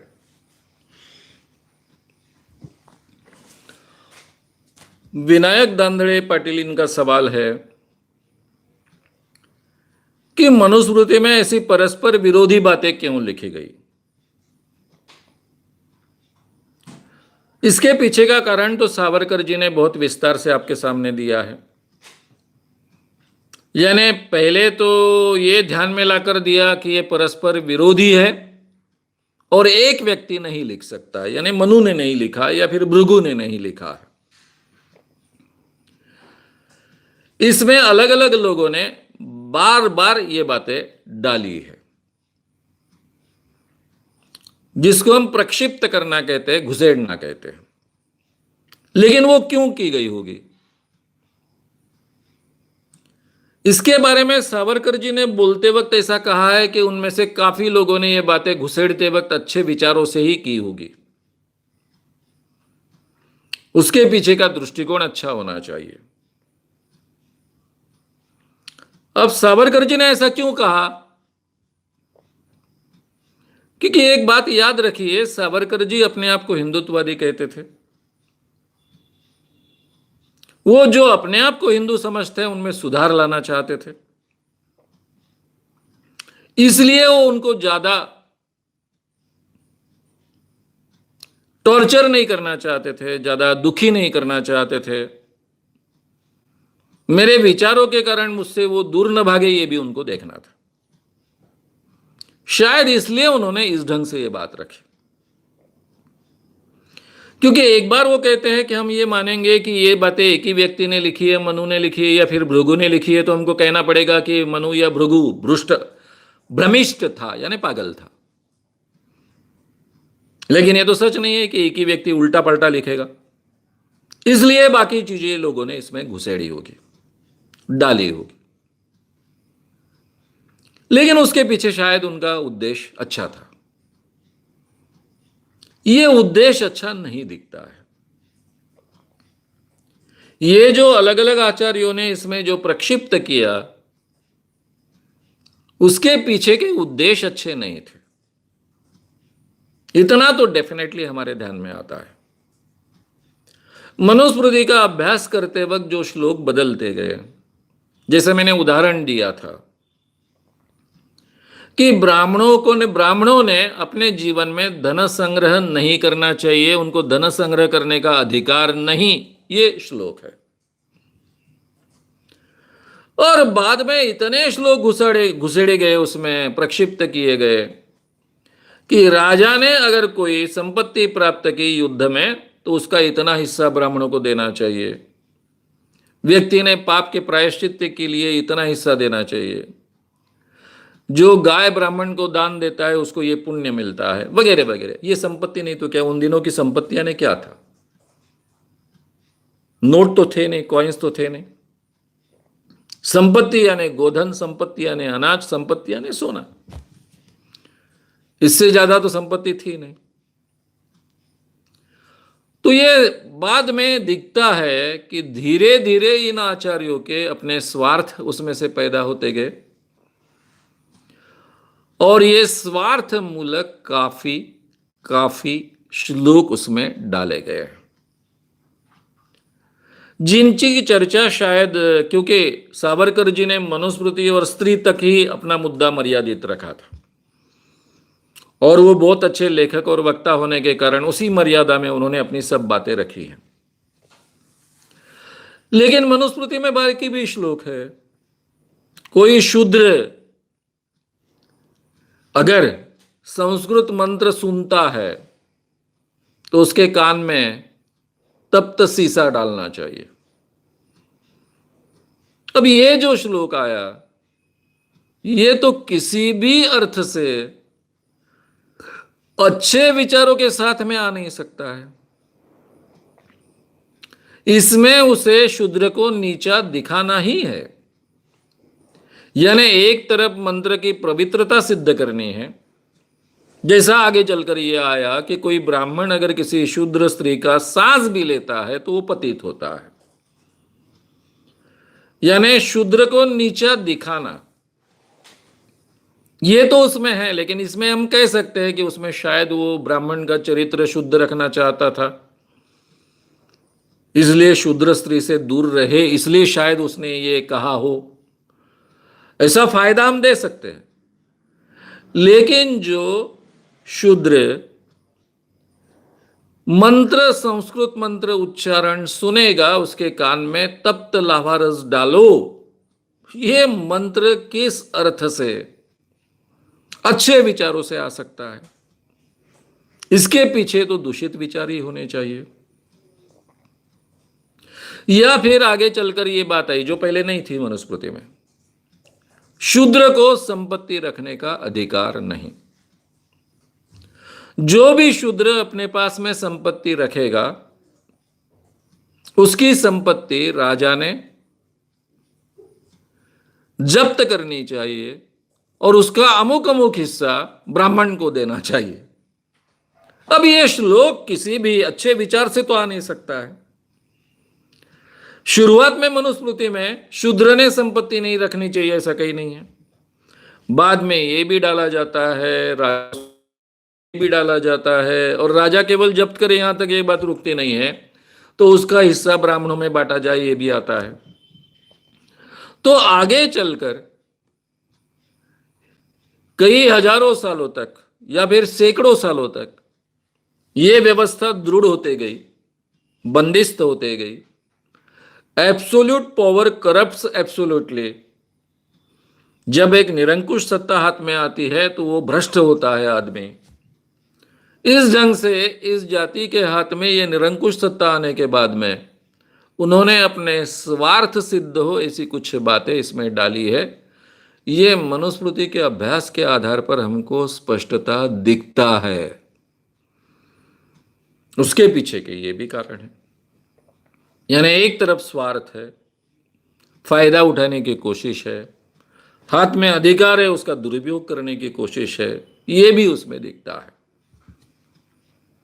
नेक्स्ट,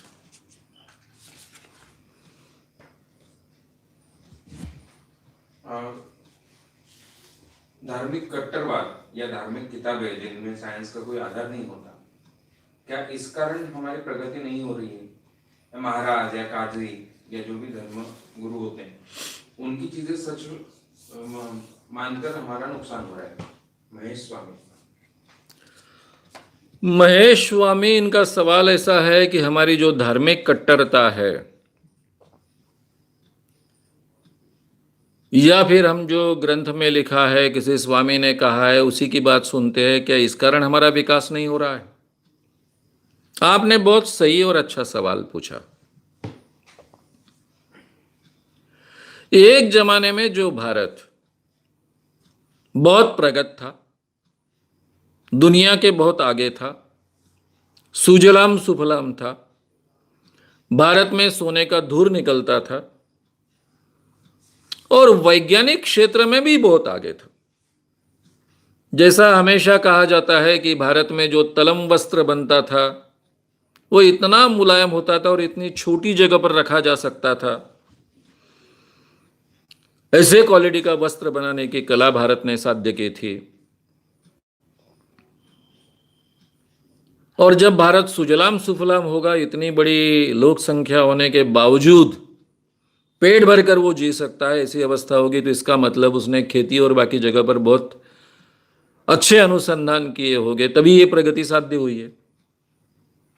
इस भारत की अवस्था आगे चलकर बुरी होते गई है। उसमें एक चातुर्वर्ण्य का हिस्सा है। धीरे धीरे आगे चलकर, पहले शुरुआत में भारत एक स्वयंपूर्ण भारत बनने के कारण धीरे धीरे इसके गांव स्वयंपूर्ण होते गए। उनको नमक के अलावा किसी चीज की आवश्यकता नहीं रही, इतने स्वयंपूर्ण होते गए, क्योंकि भारत में अनुकूल भूमि थी, नदियां थी, पानी पूरी तरह से उपलब्ध था, नेचर बहुत अच्छा था। और इस सब का फायदा भारत को सुजलाम सुफलाम होने में हुआ। जो हमेशा लड़ाइयां चलती थी उसमें धीरे धीरे इंटरेस्ट भारतीय लोगों का कम होते गया, क्योंकि उससे कुछ साध्य नहीं होता था। गांव की व्यवस्था इतनी परफेक्ट बन चुकी थी कि हर चीज गांव में बनती थी, कोई भूखा नहीं रहता था। नेचर के साथ में लड़ने के गणित सब भारतीय लोगों ने ठीक ढंग से समझ लिए थे, इसलिए अकाल पर विजय पाई थी। उनका हिसाब रहता था कि 5 साल में 2 बार तो अकाल आता है, तो हमको जीने के लिए अकाल आने के बाद में जिन चीज़ों की आवश्यकता है उनको हमने संभल कर रखना चाहिए। ये सभी यंत्रणाएं विकसित हो चुकी थी, इसलिए वो अच्छे ढंग से अकाल से भी लड़ पाते थे। नेचर के साथ में बहुत अच्छे ढंग से एडजस्ट हो चुके थे। तो ये दिन रात का मारकाट करना और लड़ाई करना, इससे धीरे धीरे वो दूर होते गए। इसी के साथ में चातुर्वर्ण्य भी भारत में एस्टेब्लिश होते गया। लड़ाई करेंगे तो केवल क्षत्रिय करेंगे, ब्राह्मण नहीं करेंगे, शूद्र नहीं करेंगे, वैश्य नहीं करेंगे। तो इन टोटलिटी 2000 साल पहले तक भारत में यह अवस्था एस्टेब्लिश हुई होगी कि कम से कम लोग लड़ाई करें। इसके बावजूद 500-600 साल तक आगे, यानी 6वीं-7वीं शताब्दी तक भारत की अवस्था बहुत अच्छी रही। खास कर जब से ये बाहर के आक्रमणकारी भारत में आने शुरू हुए, शुरुआत में 2000 साल के आसपास तो आए, वो यूरोपियंस आए, अलेक्जेंडर वगैरह, लेकिन उन्होंने इतना बड़ा नुकसान नहीं किया, क्योंकि थोड़े बहुत वो अच्छे कल्चरल लोग थे। लेकिन उसके बाद में शकुन की जो टोलियां आने शुरू हो गई, वो भारत की समृद्धि को लूट ले जाते थे, स्त्रियों को भगा ले जाते थे और बाकी लोगों को मार डालते थे। और वहां से डिटोरिएशन की अवस्था शुरू हुई। यह सब होने के बावजूद अभी शकुन की टोलियां आएगी, इस साल में 10 गांवों को बर्बाद कर कर भाग गई, तो वो 10 गांवों में फिर से 10 साल तो नहीं आती थी, फिर लोग भूल जाते थे। गांव स्वयंपूर्ण होने के कारण वो गांव पूरे खड़े हो जाते थे, फिर से वो अपने काम में लग जाते थे। पहले शायद 1-2 साल उनको आवश्यकता भी लगी होगी कि ऐसे टोलियों के साथ में लड़ने की अपनी क्षमता बढ़ानी चाहिए, लेकिन 10 साल तक कुछ नहीं हो रहा तो भूल जाते होंगे। जब ये लोग आकर यहां पर अपना राज एस्टेब्लिश करते गए, तब शायद पहली बार यह महसूस हुआ होगा कि लड़ने की क्षमता हम गंवा बैठे हैं। अब जिस जमाने में तलवारों से लड़ाइयां होती थी, भालों से लड़ाइयां होती थी, उस जमाने में संख्या बल तो बहुत महत्व का था। जिस जनसंख्या में केवल 10% लोग लड़ते हैं, उनका पराजय तो निश्चित था, क्योंकि केवल क्षत्रिय लड़ेंगे। क्षत्रिय कितने हैं? तो 20% है। 20% में 10% स्त्रियां हैं। ये क्षत्रिय बार बार एक दूसरे के साथ में लड़कर भी मर रहे हैं।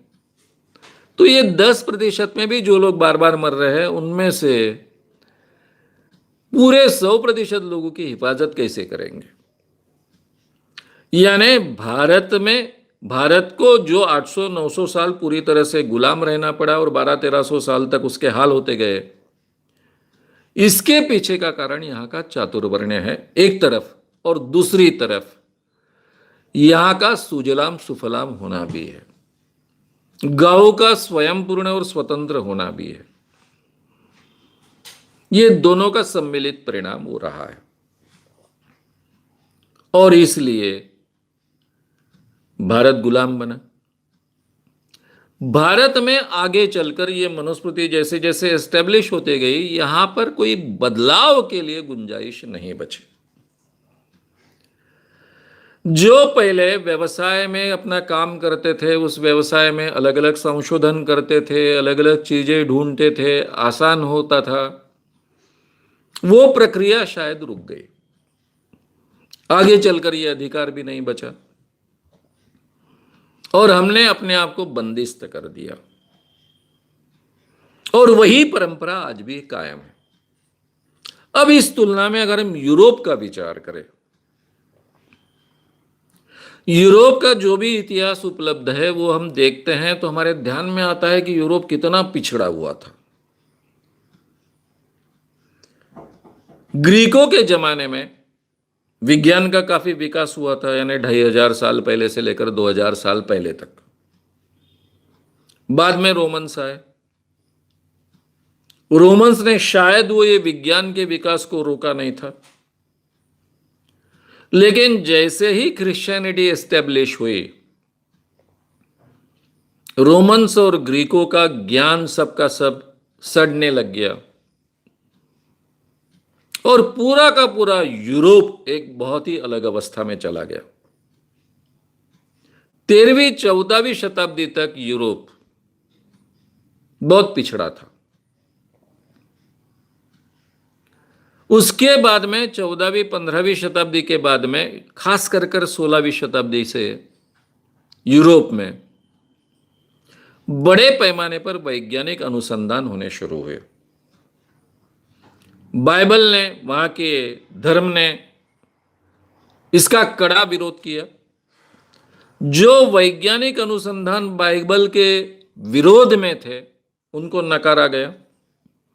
सबसे बड़ा उदाहरण हमें मालूम है, 16वीं शताब्दी में जब ब्रूनो ने कहा, कोपरनिकस ने कहा, गैलीलियो ने कहा कि पृथ्वी गोल है, सूरज के इर्द गिर्द घूमती है, ब्रूनो को जलाया गया, कोपरनिकस को मारा गया, गैलीलियो का भी बहुत हाल किए गए। धीरे धीरे ये बदलाव और विज्ञान के शोध बढ़ते गए। वहां के पहले वैज्ञानिक जो शुरुआत के हैं, वो कोई विद्यापीठ के या यूनिवर्सिटी के विद्वान लोग नहीं हैं, वो आम काम करने वाले लोग हैं, व्यवसाय करने वाले लोग हैं। उन्होंने अलग अलग अनुसंधान किए, लोगों को विज्ञान के फायदे मिलते गए, और विज्ञान के अनुसंधान करने के लिए जो विचार चाहिए, जिसको आगे चलकर हम साइंटिफिक मेथड कहते हैं, ये साइंटिफिक मेथड उनके जीवन का हिस्सा बनते गई, और इसलिए यूरोप पूरी तरह से 15वीं शताब्दी के बाद में बदलते गया। 16वीं-17वीं शताब्दी के बाद में तो बहुत ही स्पीडीली बदला।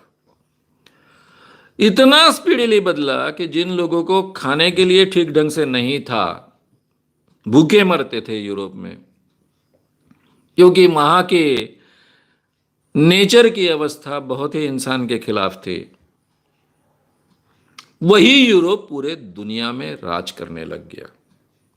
ये साइंस की प्रगति के आधार पर और उनकी मिलिट्री डिसिप्लिन के आधार पर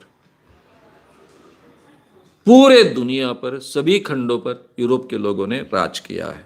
अमेरिका उन्होंने निर्माण किया, न्यूजीलैंड उन्होंने निर्माण किया, ऑस्ट्रेलिया उन्होंने निर्माण किया। अफ्रीका की जो आज स्थिति है, वो उनकी अच्छी या बुरी दोनों बोलेंगे, वो देन है। आशिया में कई देशों पर राज किया, हम सब जानते हैं। तो ये वैज्ञानिक विचार जब समाज का हिस्सा बनते हैं, आम इंसान के विचारों का हिस्सा बनते हैं, तो उसमें से कई साइंटिस्ट पैदा होते हैं, कई संशोधन होते हैं, समाज बहुत आगे बढ़ता है। हम यहां विज्ञान सीखते हैं, लेकिन हमारे दिमाग का वो हिस्सा नहीं है। विज्ञान का विचार हम मानते नहीं, और इसलिए हम आज भी विज्ञान के पूरे फायदे नहीं उठा सकते। हमारे यहां कोई भी मूलभूत संशोधन नहीं होते हैं।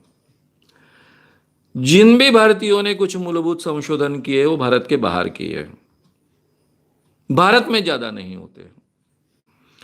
क्योंकि जब लाखों लोग वैज्ञानिक प्रक्रिया का उपयोग अपने जीवन में करेंगे, वैज्ञानिक का सोच के लिए आवश्यक जो सोच है अपने जीवन में अमल में लाएंगे, तब उसमें से जाकर 10-20 अच्छे साइंटिस्ट पैदा होंगे। वो सोच ही हमारे यहां नहीं, जिसको हम वैज्ञानिक दृष्टिकोण कहते नहीं है। इस कारण ये परिणाम हमको दिखते हैं कि हम बहुत पिछड़े हुए हैं। हम विज्ञान का फायदा उठाते हैं, लेकिन हम उधार उठाते हैं, अच्छी कॉपी कर लेते हैं, लेकिन मूलभूत संशोधन में हमारा ज्यादा हिस्सा नहीं है। ज्यादा नहीं है बोलने के बजाय निग्लिजिबल हिस्सा है, ऐसा कहना चाहिए, कि जिसकी यानी हम उदाहरण भी देना मुश्किल हो जाए, ऐसी स्थिति है। ये अगर परिस्थिति हमको बदलनी होगी तो हमको हमारे भारतीय लोगों की सोच में वैज्ञानिक दृष्टिकोण लाना पड़ेगा। और यही बात सावरकर जी बहुत ताकत से लोगों के सामने रखने की कोशिश कर रहे थे। इसीलिए उन्होंने हिंदुत्व इस शब्द का सहारा भी लिया था। वैज्ञानिक सोच हमारे जीवन का हिस्सा बनना चाहिए। उस प्रक्रिया से हमने अपना जीवन जीना चाहिए। जो सच होगा उसको स्वीकारेंगे, जो सच नहीं होगा, मानव जाति के लिए हितकारक नहीं होगा, उसको नकार देंगे। इतने स्पष्ट रूप से उन्होंने अपनी बातें रखी है। ये वैज्ञानिक सोच अगर हमारे भारतीय इंसान के, आम इंसान के जीवन का हिस्सा बनेगी तो भारत कहां के कहां पहुंच जाएगा। क्योंकि जितनी अनुकूल प्रकृति यानी नेचर भारत के लिए है, शायद ही बहुत कम देशों के लिए इतनी अनुकूल प्रकृति उपलब्ध है। इसका फायदा पूरी तरह से भारत उठा पाएगा, और उसके लिए हमको ये वैज्ञानिक सोच की बहुत आवश्यकता है, जिसको हम वैज्ञानिक दृष्टिकोण कहते हैं। और इसलिए ये पोथी पर निर्भर होना, इसलिए तो मैंने मनुस्मृति और सावरकर ये विषय लिया कि सावरकर जैसा हिंदुत्ववादी भी मनुस्मृति को पूरी तरह से नकार देना चाहिए, ऐसा जाहिर तरीके से 1936 में कहता है, जबकि उनको मालूम है कि यह हिंदू लॉ है। इसी के आधार पर भारत में हिंदू जो भी है वो चलते आया है, इसके बावजूद वो कहते हैं। तो आपने सवाल बहुत अच्छा पूछा, धन्यवाद। नेक्स्ट। क्या हमारे भारत के पार्लियामेंट हाउस में गांधी जी और सावरकर की तस्वीरें आमने सामने लगी हुई, वो ऐसी क्यों लगी है, या फिर सावरकर की तस्वीर वहां पे लगाना क्या ठीक है? सौमिल हलसोरे, अहमदाबाद, गुजरात। सौम्य हलसोरे, अहमदाबाद, गुजरात। सौमिल हलसोरे, अहमदाबाद, गुजरात। इनका सवाल है कि हमारे भारतीय पार्लियामेंट में गांधी जी की भी तस्वीर लगी है और सावरकर जी भी तस्वीर लगी है, दोनों एक दूसरे के सामने ये तस्वीर है, कि ठीक है सावरकर जी की तस्वीर पार्लियामेंट में लगनी चाहिए, नहीं लगनी चाहिए? देखिए, भारत में जिन लोगों का योगदान है उसमें तो गांधी जी का योगदान बहुत सर्वोपरि है, इसके बारे में किसी के मन में डाउट होने की गुंजाइश भी नहीं है। गांधी जी के विचारों को हमने शायद न्याय दिया, नहीं दिया, लेकिन गांधी जी नाम को तो हमने न्याय दिया है। उनको हमने राष्ट्रपिता कहा, नोटों पर उनकी ही प्रतिमा होती है।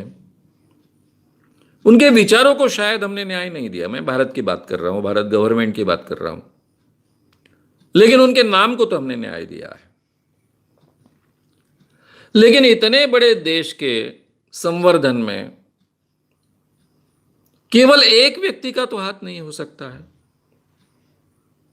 उसमें लाखों लोगों का योगदान रहा। इवन स्वतंत्रता आंदोलन में भी लाखों लोगों का हाथ रहा है। ये लाखों लोग उसमें शरीक रहे। उनमें कुछ बड़े बड़े नाम हैं, उनको हम सम्मान देते हैं। पंडित जवाहरलाल नेहरू जी है, सरदार वल्लभ भाई पटेल हैं, कुछ बड़े नामों को हम महत्व देते हैं। शायद स्वतंत्रता आंदोलन में कोई बहुत महत्व का रोल सावरकर जी का नहीं रहा हो, क्योंकि गांधी जी के अनुसार हिंसक कार्रवाई के द्वारा तो भारत को स्वतंत्रता प्राप्त नहीं हो सकती है, और यह उनका कहना 100% सही था। जिस देश पर 1 लाख अंग्रेजों ने इतने 30 से 40 करोड़ लोगों पर राज किया हो, जिन लोगों में 90% लोगों को लड़ने की आदत ही नहीं है, गांधी जी ने आगे में कहा कि अगर कोई अपेक्षा करता होगा कि भारतीय लोग शस्त्र हाथ में पकड़ेंगे और लड़ेंगे, तो ये उनकी अपेक्षा कभी पूरी नहीं होने वाली है। ये बराबर गांधी जी ने समझ लिया था। इसलिए सावरकर जिस मार्ग के द्वारा इस देश को स्वतंत्रता प्राप्त करना चाहते थे, उस मार्ग से कभी भी इस देश को स्वतंत्रता प्राप्त नहीं होनी संभव थी। ये तो बात सही है। लेकिन उन्होंने जो प्रयास किया, उसके साथ में जो त्याग किया, भगत सिंह हो, सावरकर हो, वासुदेव बळवंत फड़के हो, बाकी के लोग हो, इन लोगों को प्रयास को तो नहीं नकारा जाता, ना ही नकारना चाहिए। ठीक है, उससे कोई बहुत ज्यादा कदम आगे नहीं बढ़े, लेकिन प्रयास तो किए, बलिदान तो किया। इस प्रयास की तो सराहना होनी चाहिए। मेरे दृष्टि से सावरकर का दूसरा महत्व है, उन्होंने जो सामाजिक और साइंटिफिक विचार रखे, ये शायद ही किसी ने उस जमाने में रखे इस ढंग से, साइंटिफिक तरीके से, और अपने आप को यहां के आम इंसान के साथ में जोड़कर भी रखा। वो अपने आप को बुद्धिवादी कहकर, अगर कर जैसा एक स्वतंत्र अस्तित्व निर्माण कर सकते थे, लेकिन उन्होंने वो नहीं किया।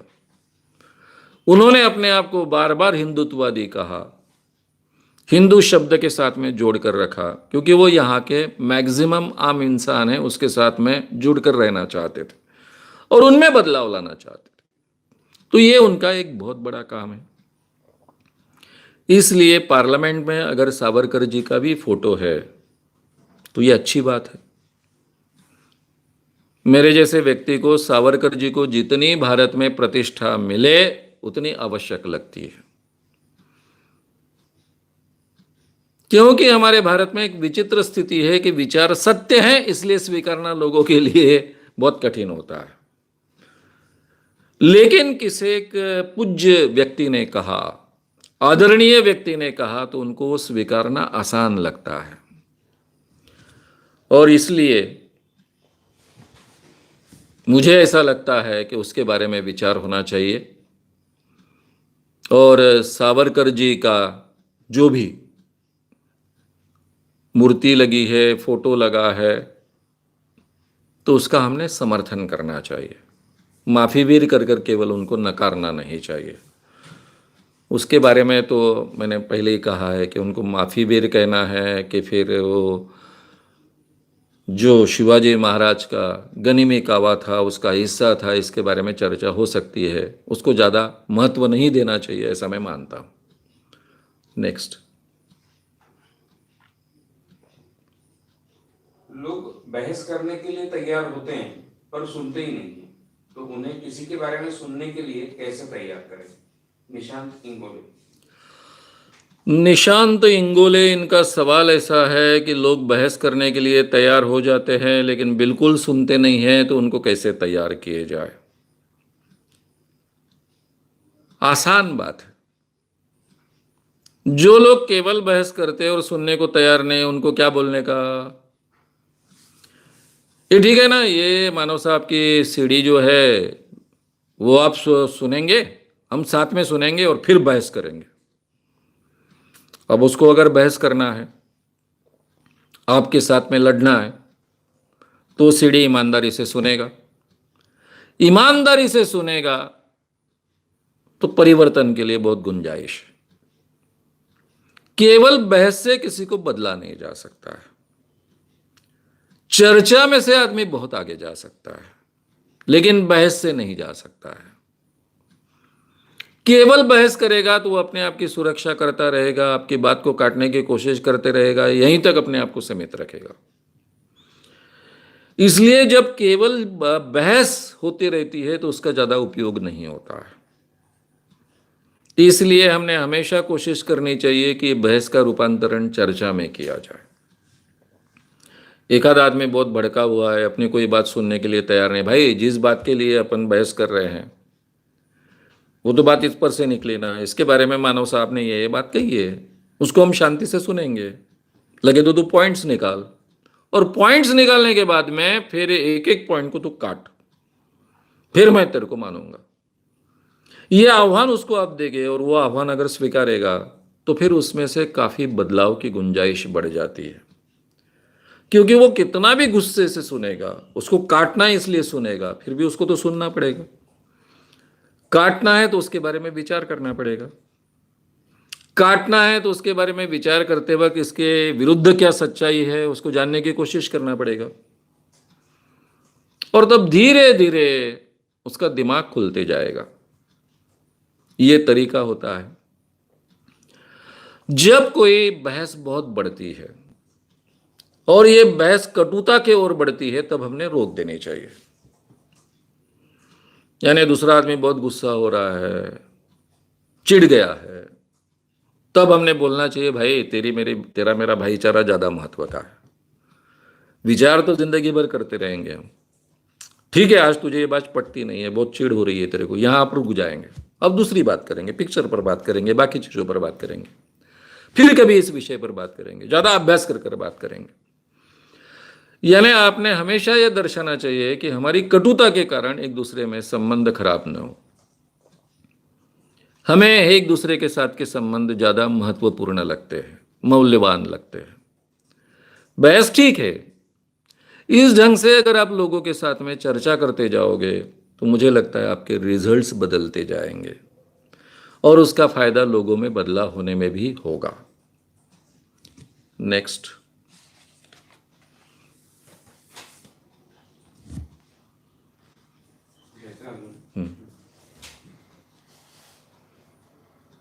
कास्ट सिस्टम कितनी पुरानी है? क्या हड़प्पा सभ्यता में भी कास्ट सिस्टम थी? कमल कुमार।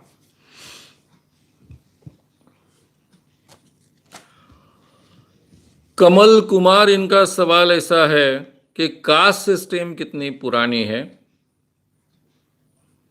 क्या हड़प्पा संस्कृति, जिसको हम मोहिंदोजोड़ो हड़प्पा कहते हैं, उस संस्कृति में भी कास्ट सिस्टम थी?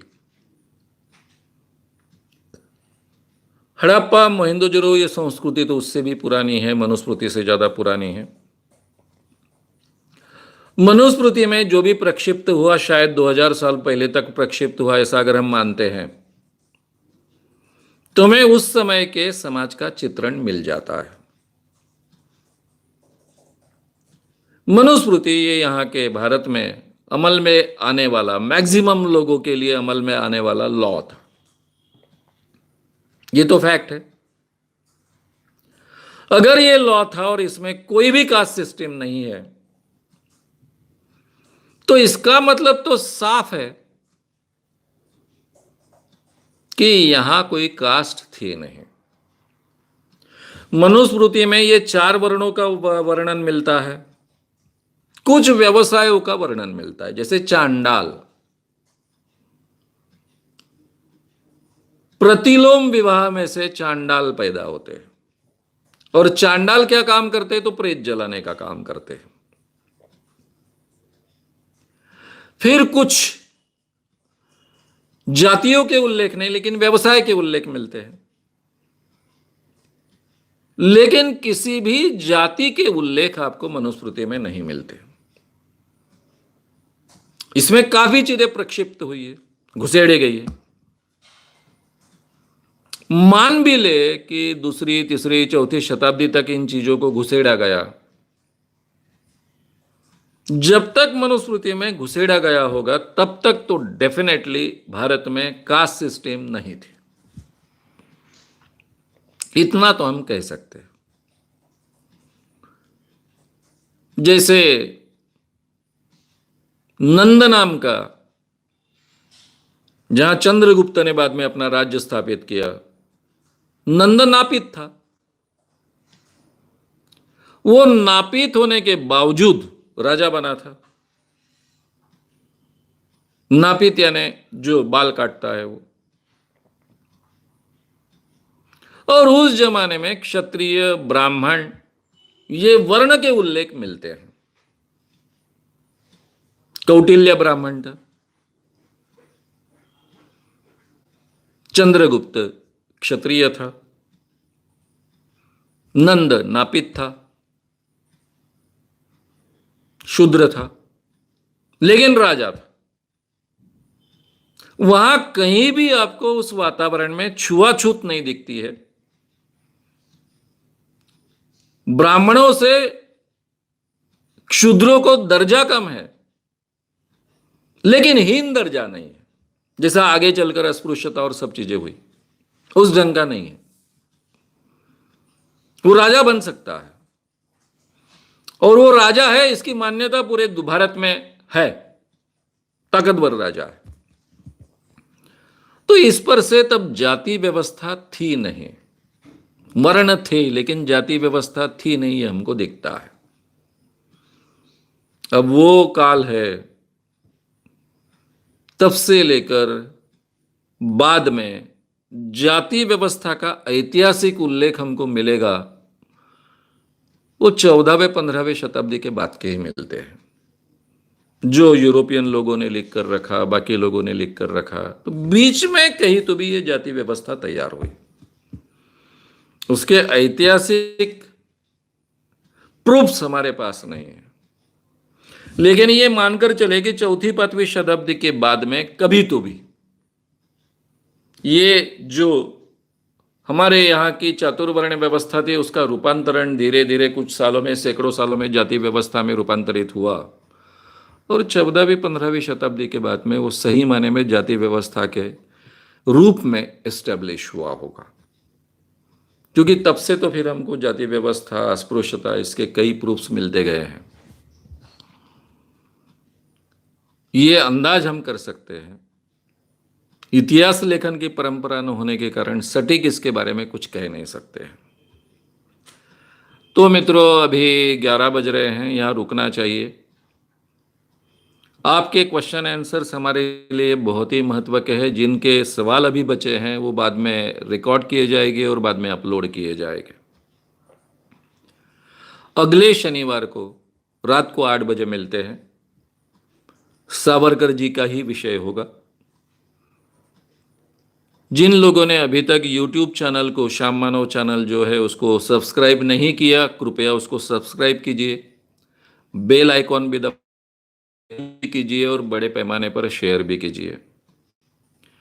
जो लोग फेसबुक पर सुन रहे हैं वो लाइक कीजिए, बड़े पैमाने पर शेयर कीजिए और ये विचार ज़्यादा से ज़्यादा लोग तक पहुंचाइए।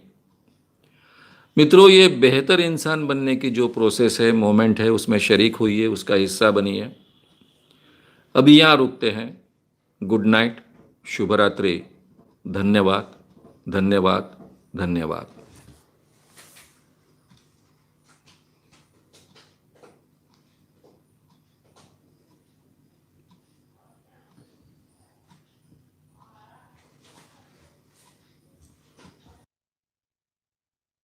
श्याम मानव चैनल को आपका समर्थन देने के लिए चैनल को जरूर सब्सक्राइब करें।